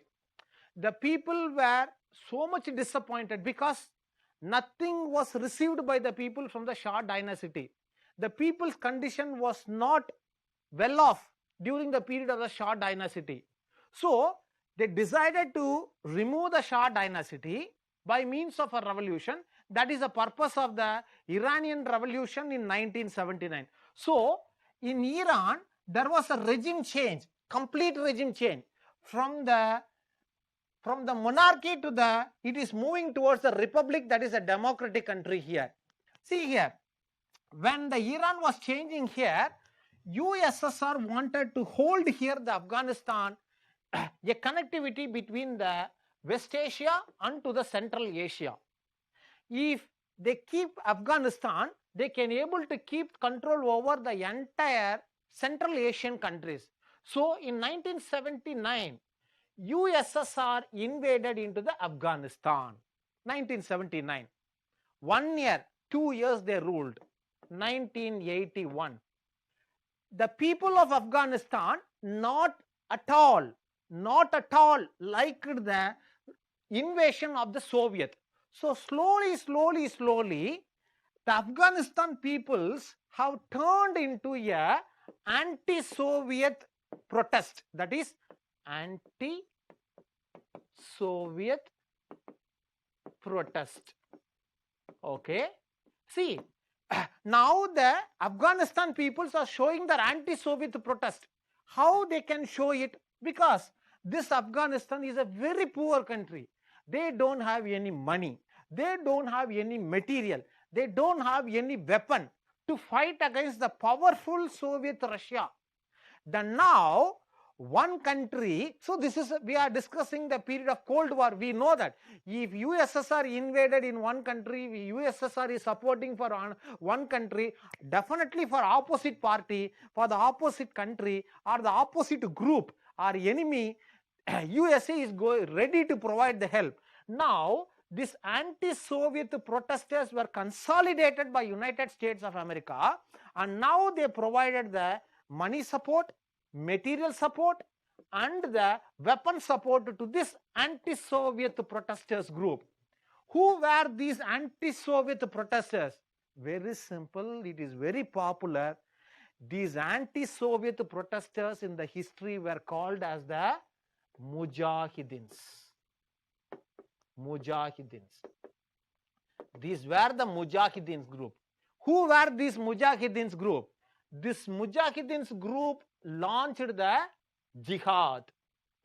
Jihad means what? War or holy war. Holy war. For what? Holy war means what? Recover motherland from the enemy, to protect the motherland from the enemy. So this anti-Soviet protesters formed a Mujahidins. They were called as a Mujahidins.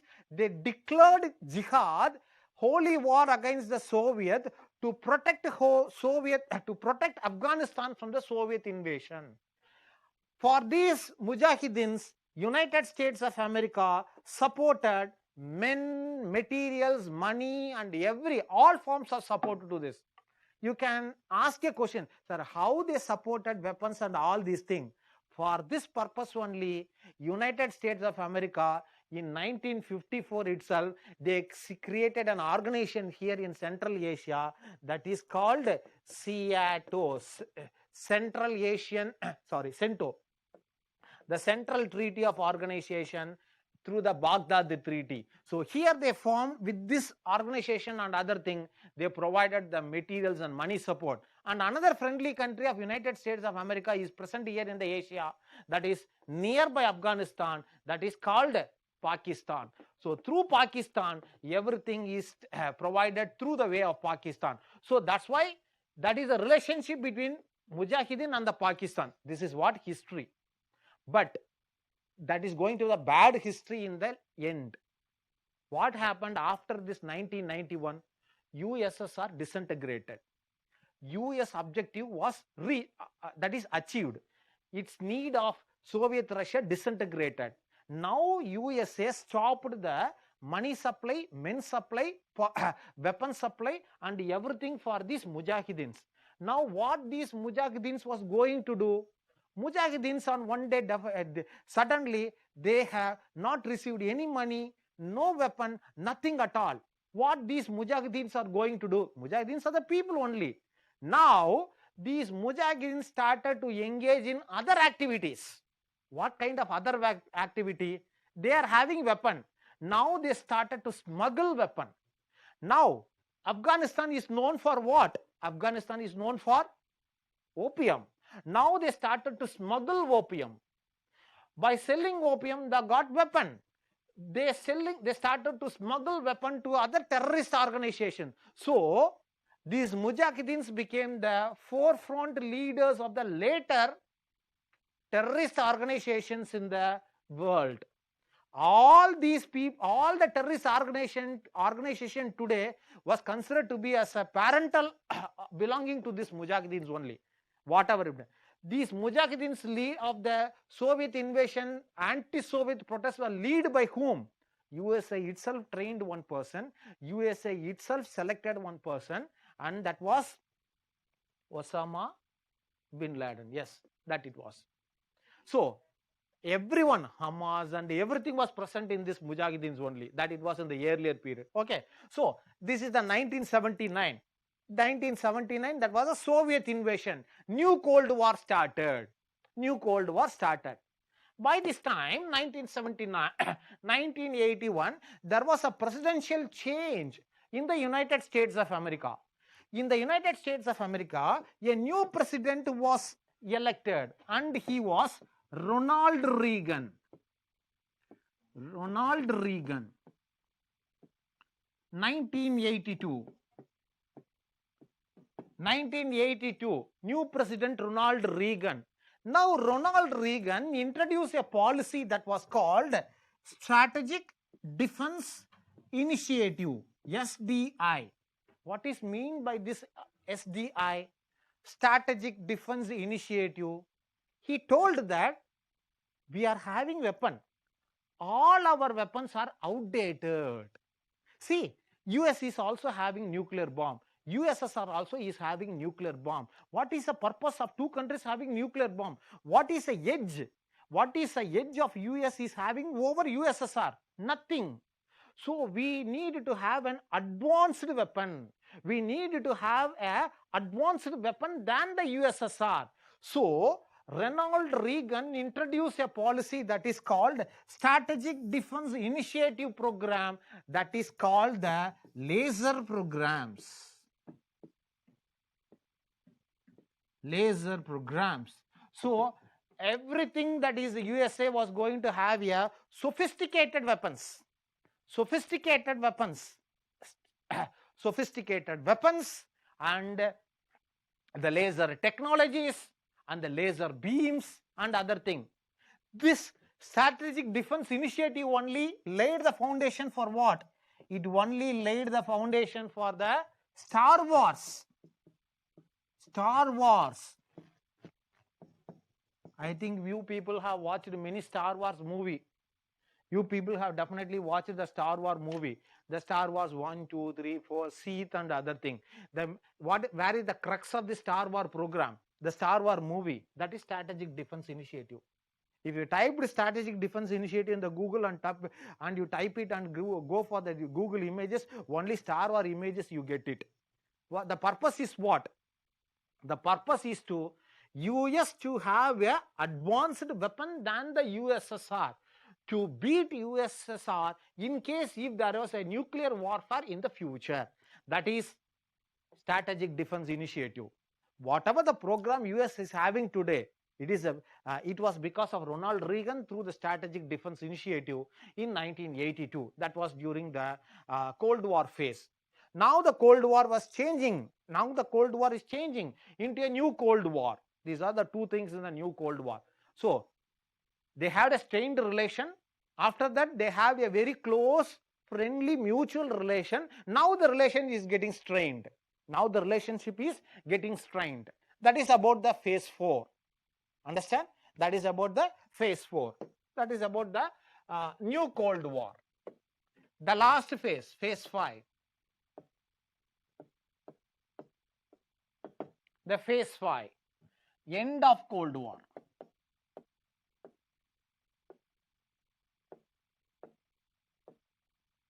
End of Cold War, 1985, 1991.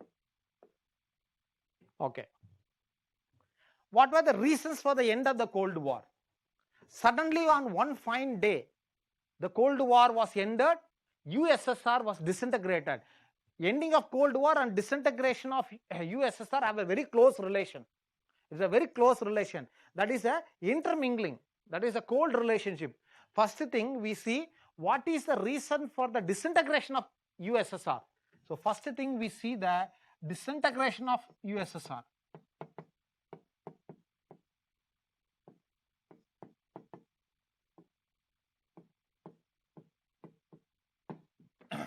What is the reason for the disintegration of the Cold War? The disintegration of USSR is the first thing. What is the reason behind the disintegration of USSR? First thing, where USSR means Russia. Russia we can think it of. Where Russia get everything. Its food, its wheat, its mineral, its resources and everything. Where it get it? One from Latvia, one from Poland, one from Hungary, wheat from Crimea, oil from Ukraine, wheat from Crimea, and another wheat from another good kind of variety of wheat from the Poland, and oil from the Latvia, Lithuania. So everything USSR get it from the satellites. Satellites means what? Eastern European countries, Latvia, Lithuania, Estonia, Poland, Hungary, and the Central Asian countries. USSR, Russia, Moscow, Stalin, all these are only the industrial centers. Resources came all the way from there only. Now the people in these Eastern European remote parts get aware. Now they started to protest. No, we are not going to provide any materials to you. We are not going to provide any resources to you. We need our resources. We are going to stop. Now, the economy of USSR started to get deteriorated. Why it deteriorated? Because from 1921 till we are discussing of 1985, the USSR economy was new economic policy. New economic policy, collectivization, nationalization, and that it was the corporatization, that it was the policy. It worked for at a point of time, but in a long run, this new economic policy was not productive for USSR. That new economic policy itself is weakening the USSR. Too much of burden, too much of depending on the economy became a failure for the reasons of the disintegration of the USSR. So, simply understand the reason for the disintegration of USSR. One reason was that was a very weak economic system, economic policy and the system, which continued for very long term. Very weak economic system it was. Next one, political awareness.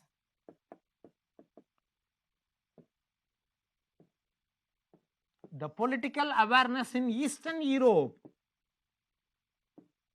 Eastern Europe means Latvia, Lithuania, that is Poland, that is Hungary and Czechoslovakia and all here. Political awareness. Now, when the economy of USSR is getting too weak because of this one, the political awareness was also started. What is this political awareness? People went for mass protest. They went for procession. You don't interfere in your life. We take care by ourselves. You don't interfere. We live by ourselves. You live us independently. We are ruled by independently. Now the Eastern European countries wanted to break away from Soviet Union. Protests started. One by one, countries are breaking away from USSR. This is one reason. And another reason, change in leadership. Change in leadership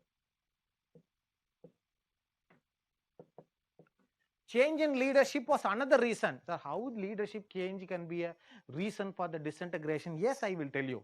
See, in the change in the leadership, write it. 10 seconds I will give you.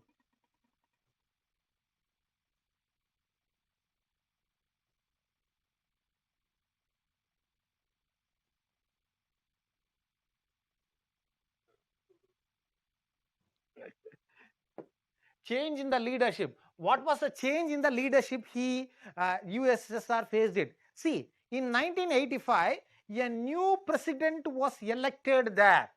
His name was Mikhail Gorbachev.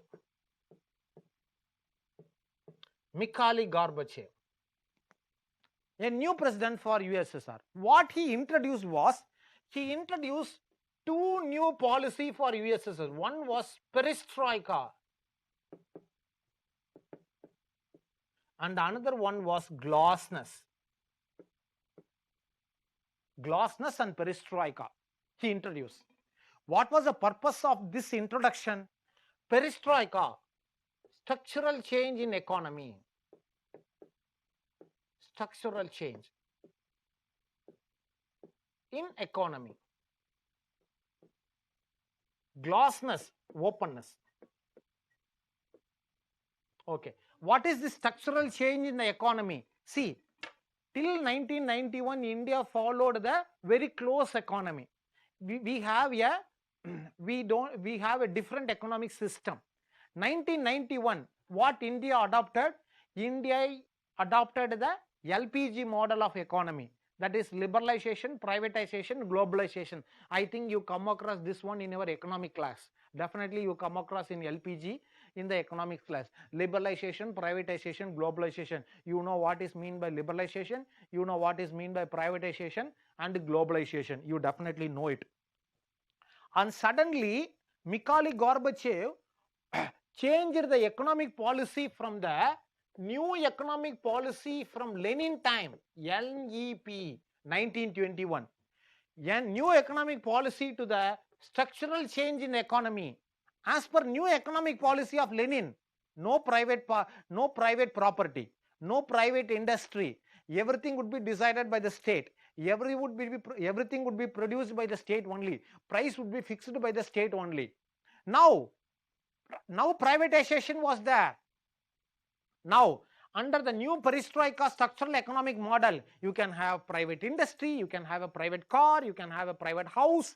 Now privatization is introduced. Not only privatization, liberalization in the economy, globalization, foreign investment, everything was introduced. What he did was he opened the economy.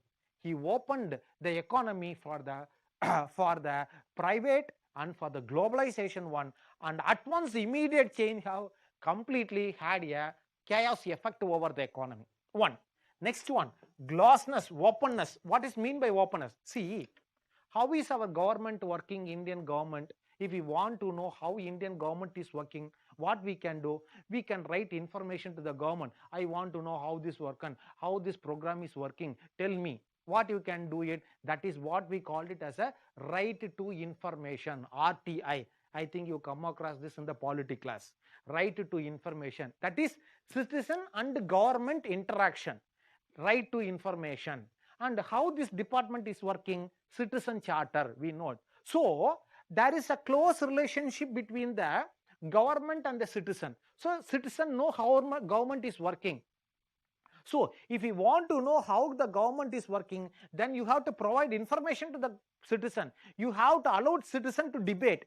You have to open your government for the citizens to inspect how it is working. So what Mikhail Gorbachev did it was, till 1985, Russian government was not opened for any public. It is like a iron wall.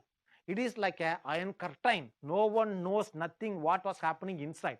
Now Mikhail Gorbachev opened it for the people, opened for the citizens to know how Russia was working. That is what we called it as a glossness, openness.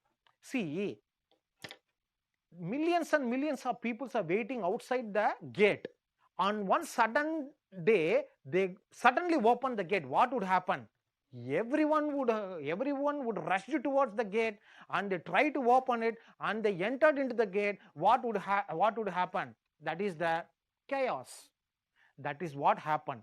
When suddenly the economy is opened for the privates, it have an effect over the economy, and the government suddenly got the democratic principles on the day, and slowly it cannot be able to withhold the pressure, withhold the economic condition. Already the deteriorating went to a more deteriorating condition, and the satellite states were breaked away from the Soviet Union, and Soviet Union was completely breaked away, and only Federation of Russia was remained in 1991. That is called the Russian Federation.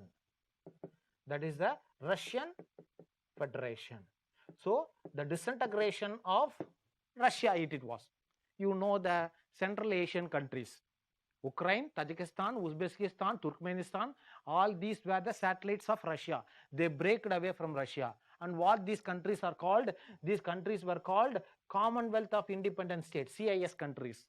And they became the Commonwealth of independent countries. They joined in the UN. That is what happened. Okay. So that is about the Cold War.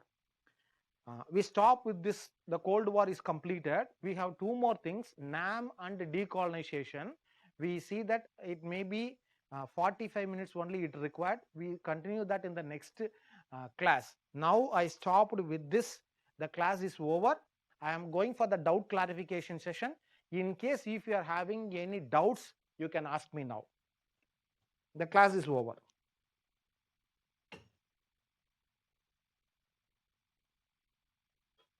Sir, NEP. Already NEP, we discussed that in the Russian, in the world between the wars, na? NEP, new economic policy, privatization, NEP, that is the collectivization, nationalization, and corporatization. We discussed that now.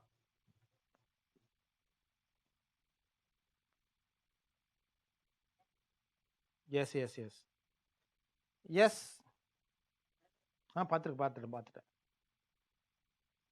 பண்ணுங்க.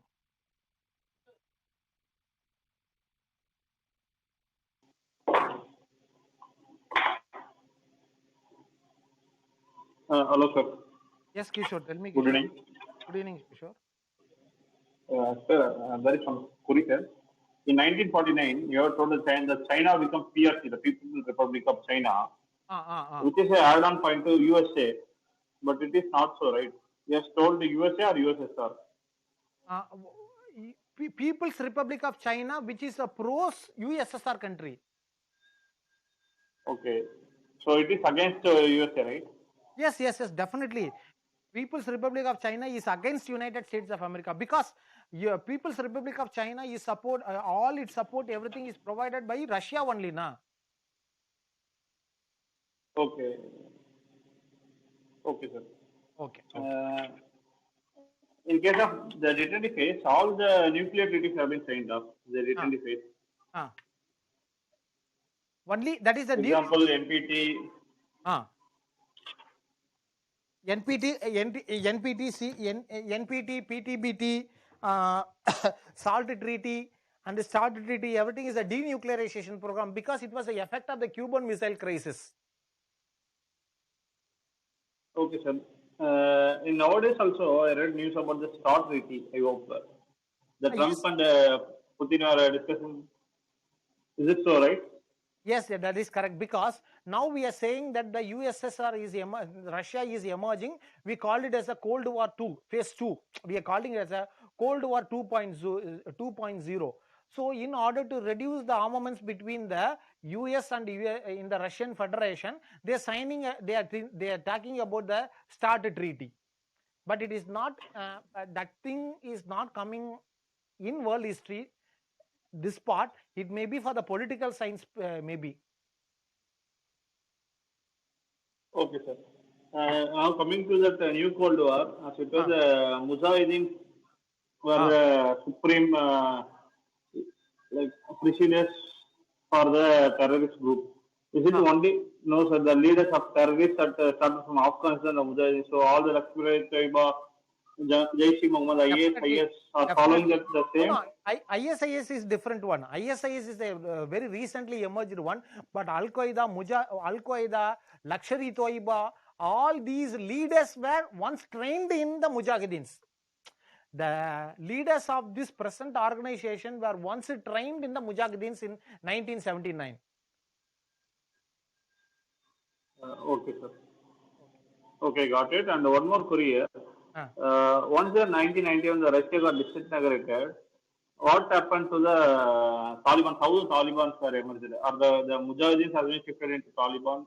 See, 1991 Afghanistan, USSR is disintegrated. Now the purpose of United States of America is over. Now the Mujahideens, one group of Mujahideens in the Afghanistan, they called it as a right-wing group. That is the radicals. They want to protect their rights. So they emerged as a Talibans. The Taliban people wanted to protect Afghanistan from all other group. So they take control over the government and the entire Afghanistan. So they were called as a Talibans. So these Talibans wanted to have the only the Islamic things to be present in the Afghanistan. That's why they have destroyed all anti-Afghanistan cultural things and other things. Bombian Buddha statue were also they reduced, and they have destroyed, and they have bombarded the statue in 1992 because of this one. So again, the USA has invaded into Afghanistan. So once the Taliban. No, that is related with the Iraq issue. Iraq, because they wanted to, that you come across in the bilateral relation, they wanted to maintain social, they wanted to maintain a relationship there in the Central Asian region. That's why they invaded there. Okay, sir. So, but now also the USA is protecting the Afghan government now. What is the reason for it, sir? Yes. That is related to Afghan. That the point what you are discussing is very far away from the 1979 Mujahideen issues there. Now, because of Iran issue, Iraq issue, because in between the period we have 2 Iraq wars and many regime change were happened there in Iraq and Afghanistan. We need more time. Next class we have ample of time. I will discuss those things in the next class to you regarding because that comes under not in history, that comes under the bilateral only there. But anyhow, I will tell you. Okay, sir. Sir, at last one small query here. I have gone through the 12th standard history book of Tamil Nadu, the new books, okay, which is almost covering the chapters from starting from the 12th history 1, the first class to till date, whatever we are covering, it is being covered in the 12th standard Tamil Nadu books, state board books. Can I follow it up? I will not see. One thing is you can follow Tamil Nadu textbook. There is no problem there. But one thing you need to be very, very careful, because from the NCERT only UPSC is taking the keywords and the key for the answers. They're taking from the NCERT. For understanding purpose, you can follow Tamil Nadu textbook. Okay. Okay, sir. Thank you. Thanks a lot. Thank you.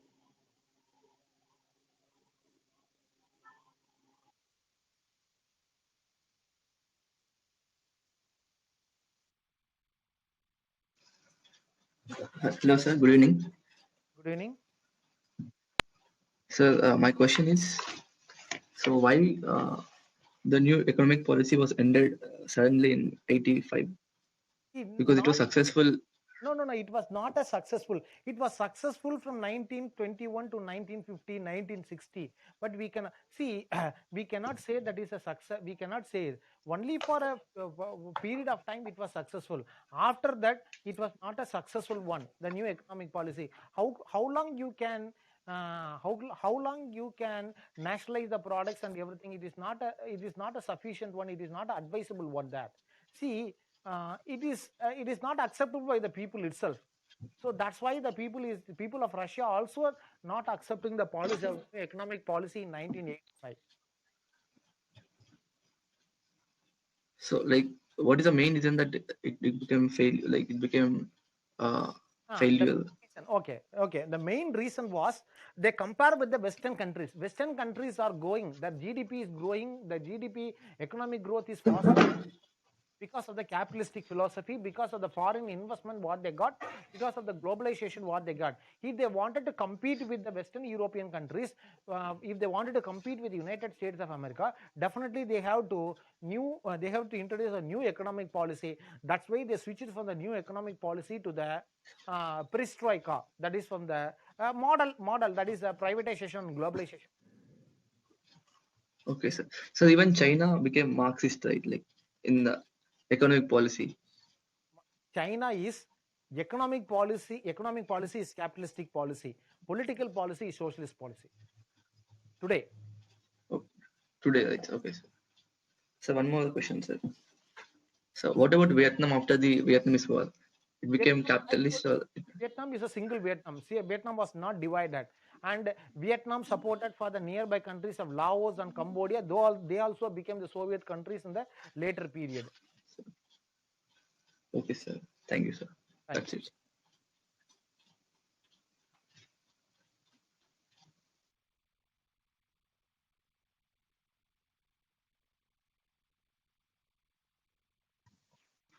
Yes, sir. Good evening, sir. Good evening. Sir, my doubt is what was the conflict between Vietnam and France, sir, which led to Vietnam War? same thing. What is the confrontation? What is the confrontation between India and the British here in India? They are being exploiting the India, same like that. The France are exploiting Indochina region from from the 1860s onwards. So that's why they wanted to send the French out of Vietnam. That is the purpose. It is like a national movement. It is like a national Yes, sir. movement. Yes, sir. Thank you, sir. Thank you.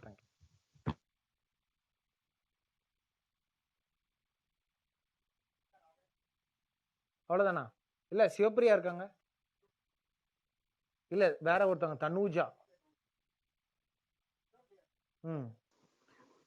Good evening, sir. Good evening, Sivapriya. Sir, my doubt is regarding this Warsaw Pact, sir. Warsaw Pact is to counter NATO. Similarly, to counter CENTA and CO2, is there any step taken by US? No, nothing. Okay, sir. And one more doubt, sir. What is the relation between this Iranian revolution and the USSR invasion in Afghanistan, sir? See, USSR 1979. Come across in the bilateral relation, na? You have never come. See, in Iran, there was a regime change there.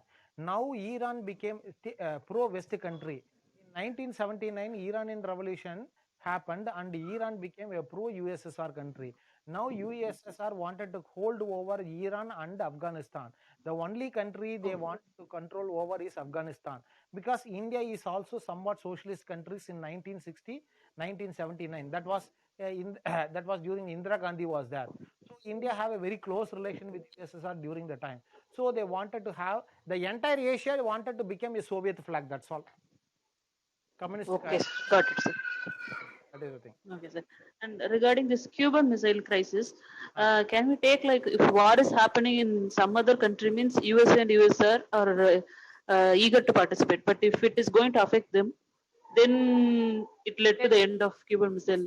Yes, definitely. Okay, sir. And regarding this perestroika and glasnost, this indicates that always a mix of capitalism and socialism will only work. If suddenly it is becoming pro-capitalistic, means then it led to chaos. Yes, definitely. Whereas US was careful. Yes, US was very careful. What Mikhail Gorbachev did there means he should slowly introduce bit by bit. He has to introduce. Instead of that, he completely opened the economy for everything. He like opened the floodgate. He was opening a floodgate. Instead of opening a floodgate, he has to bit by bit he has to introduce the reform. Instead of that, he completely overhauled the entire system. That is what the reason for the disintegration and also the breaking away of the states. Yes, sir. Got it, sir. And two more questions, sir. What is can we state, like, Russian imperialism started with the Cold War, sir? Russian imperialism started only with the Cold War? We cannot say that as an imperialism, because the word imperialism is ended with the World War II itself. It is like a geo-economic warfare, geopolitical warfare. It is a geopolitical warfare. Okay, sir. So Russia never attempted like imperialism or colonization like Western countries. It is, we cannot use that. அது imperialism சொல்ல முடியாதுங்க, ஆனா imperialism மாதிரி, அவ்வளவுதான். That's all. Okay. Maybe because of ideology you are restraining that word, sir? Yes. Okay, sir. And this Commonwealth of Independent Countries, that is identical to Commonwealth countries, sir? That was formed after British decolonization. Commonwealth of Independent Countries means that it was Ukraine. They have a separate thing. That is, it's a organization only na. அது சும்மா ஒரு organisation தான் அது. அது ரொம்ப பெருசா நீங்க concept பண்ணிக்க வேணாம். மென்ஷன் பண்ற அளவுக்கு இல்ல. அதெல்லாம் வேணாம் விட்டுருங்க. Okay sir. ஆர்ம்ஸ் ரிடக்ஷனுக்கும் ஆர்ம்ஸ் லிமிட்டேஷனுக்கு என்ன சார்? ஆர்ம்ஸ் ரிடக்ஷன்னா நீங்க வந்து 10ல இருந்து 50 குறைக்கிறது. ரிடக்ஷன்னா வந்து நியூக்ளியர் வார் ஹெட்டையே நீங்க குறைக்கிறது. லிமிட்டேஷன் லிமிட் பண்ணிக்கிறது. லிமிட்டேஷன்னா ப்ரொடக்ஷன் லிமிட்டேஷன் பண்ணுது. ரிடக்ஷன்லாம் இருக்கிறதுல குறைக்கிறது. ஆர்ம்ஸ் லிமிட்டேஷன்னா limit means where you are. Production limitation. I target for 100 warhead production this year, but I am limiting it to 50. But reduction means I am having existing 50 warhead. Now I am reducing it. So limitation na, in the future I am not going to produce anything. Production itself I am limiting. Reduction means whatever I am possessing now, I am going to reduce it now. Okay sir. But இதெல்லாம் sign பண்ணியுமே வந்து அந்த STI USA வந்து STI மூலமா திரும்ப இது பண்றாங்க. கண்டிப்பா அதெல்லாம் இருந்துட்டு தான் இருக்குது. Okay sir. That's all sir. Thank you so much sir. Thank you. Thank you. அவ்வளவுதானேப்பா? ஓகேப்பா. Thank you. I am finishing off the class, closing the class. Thank you very much.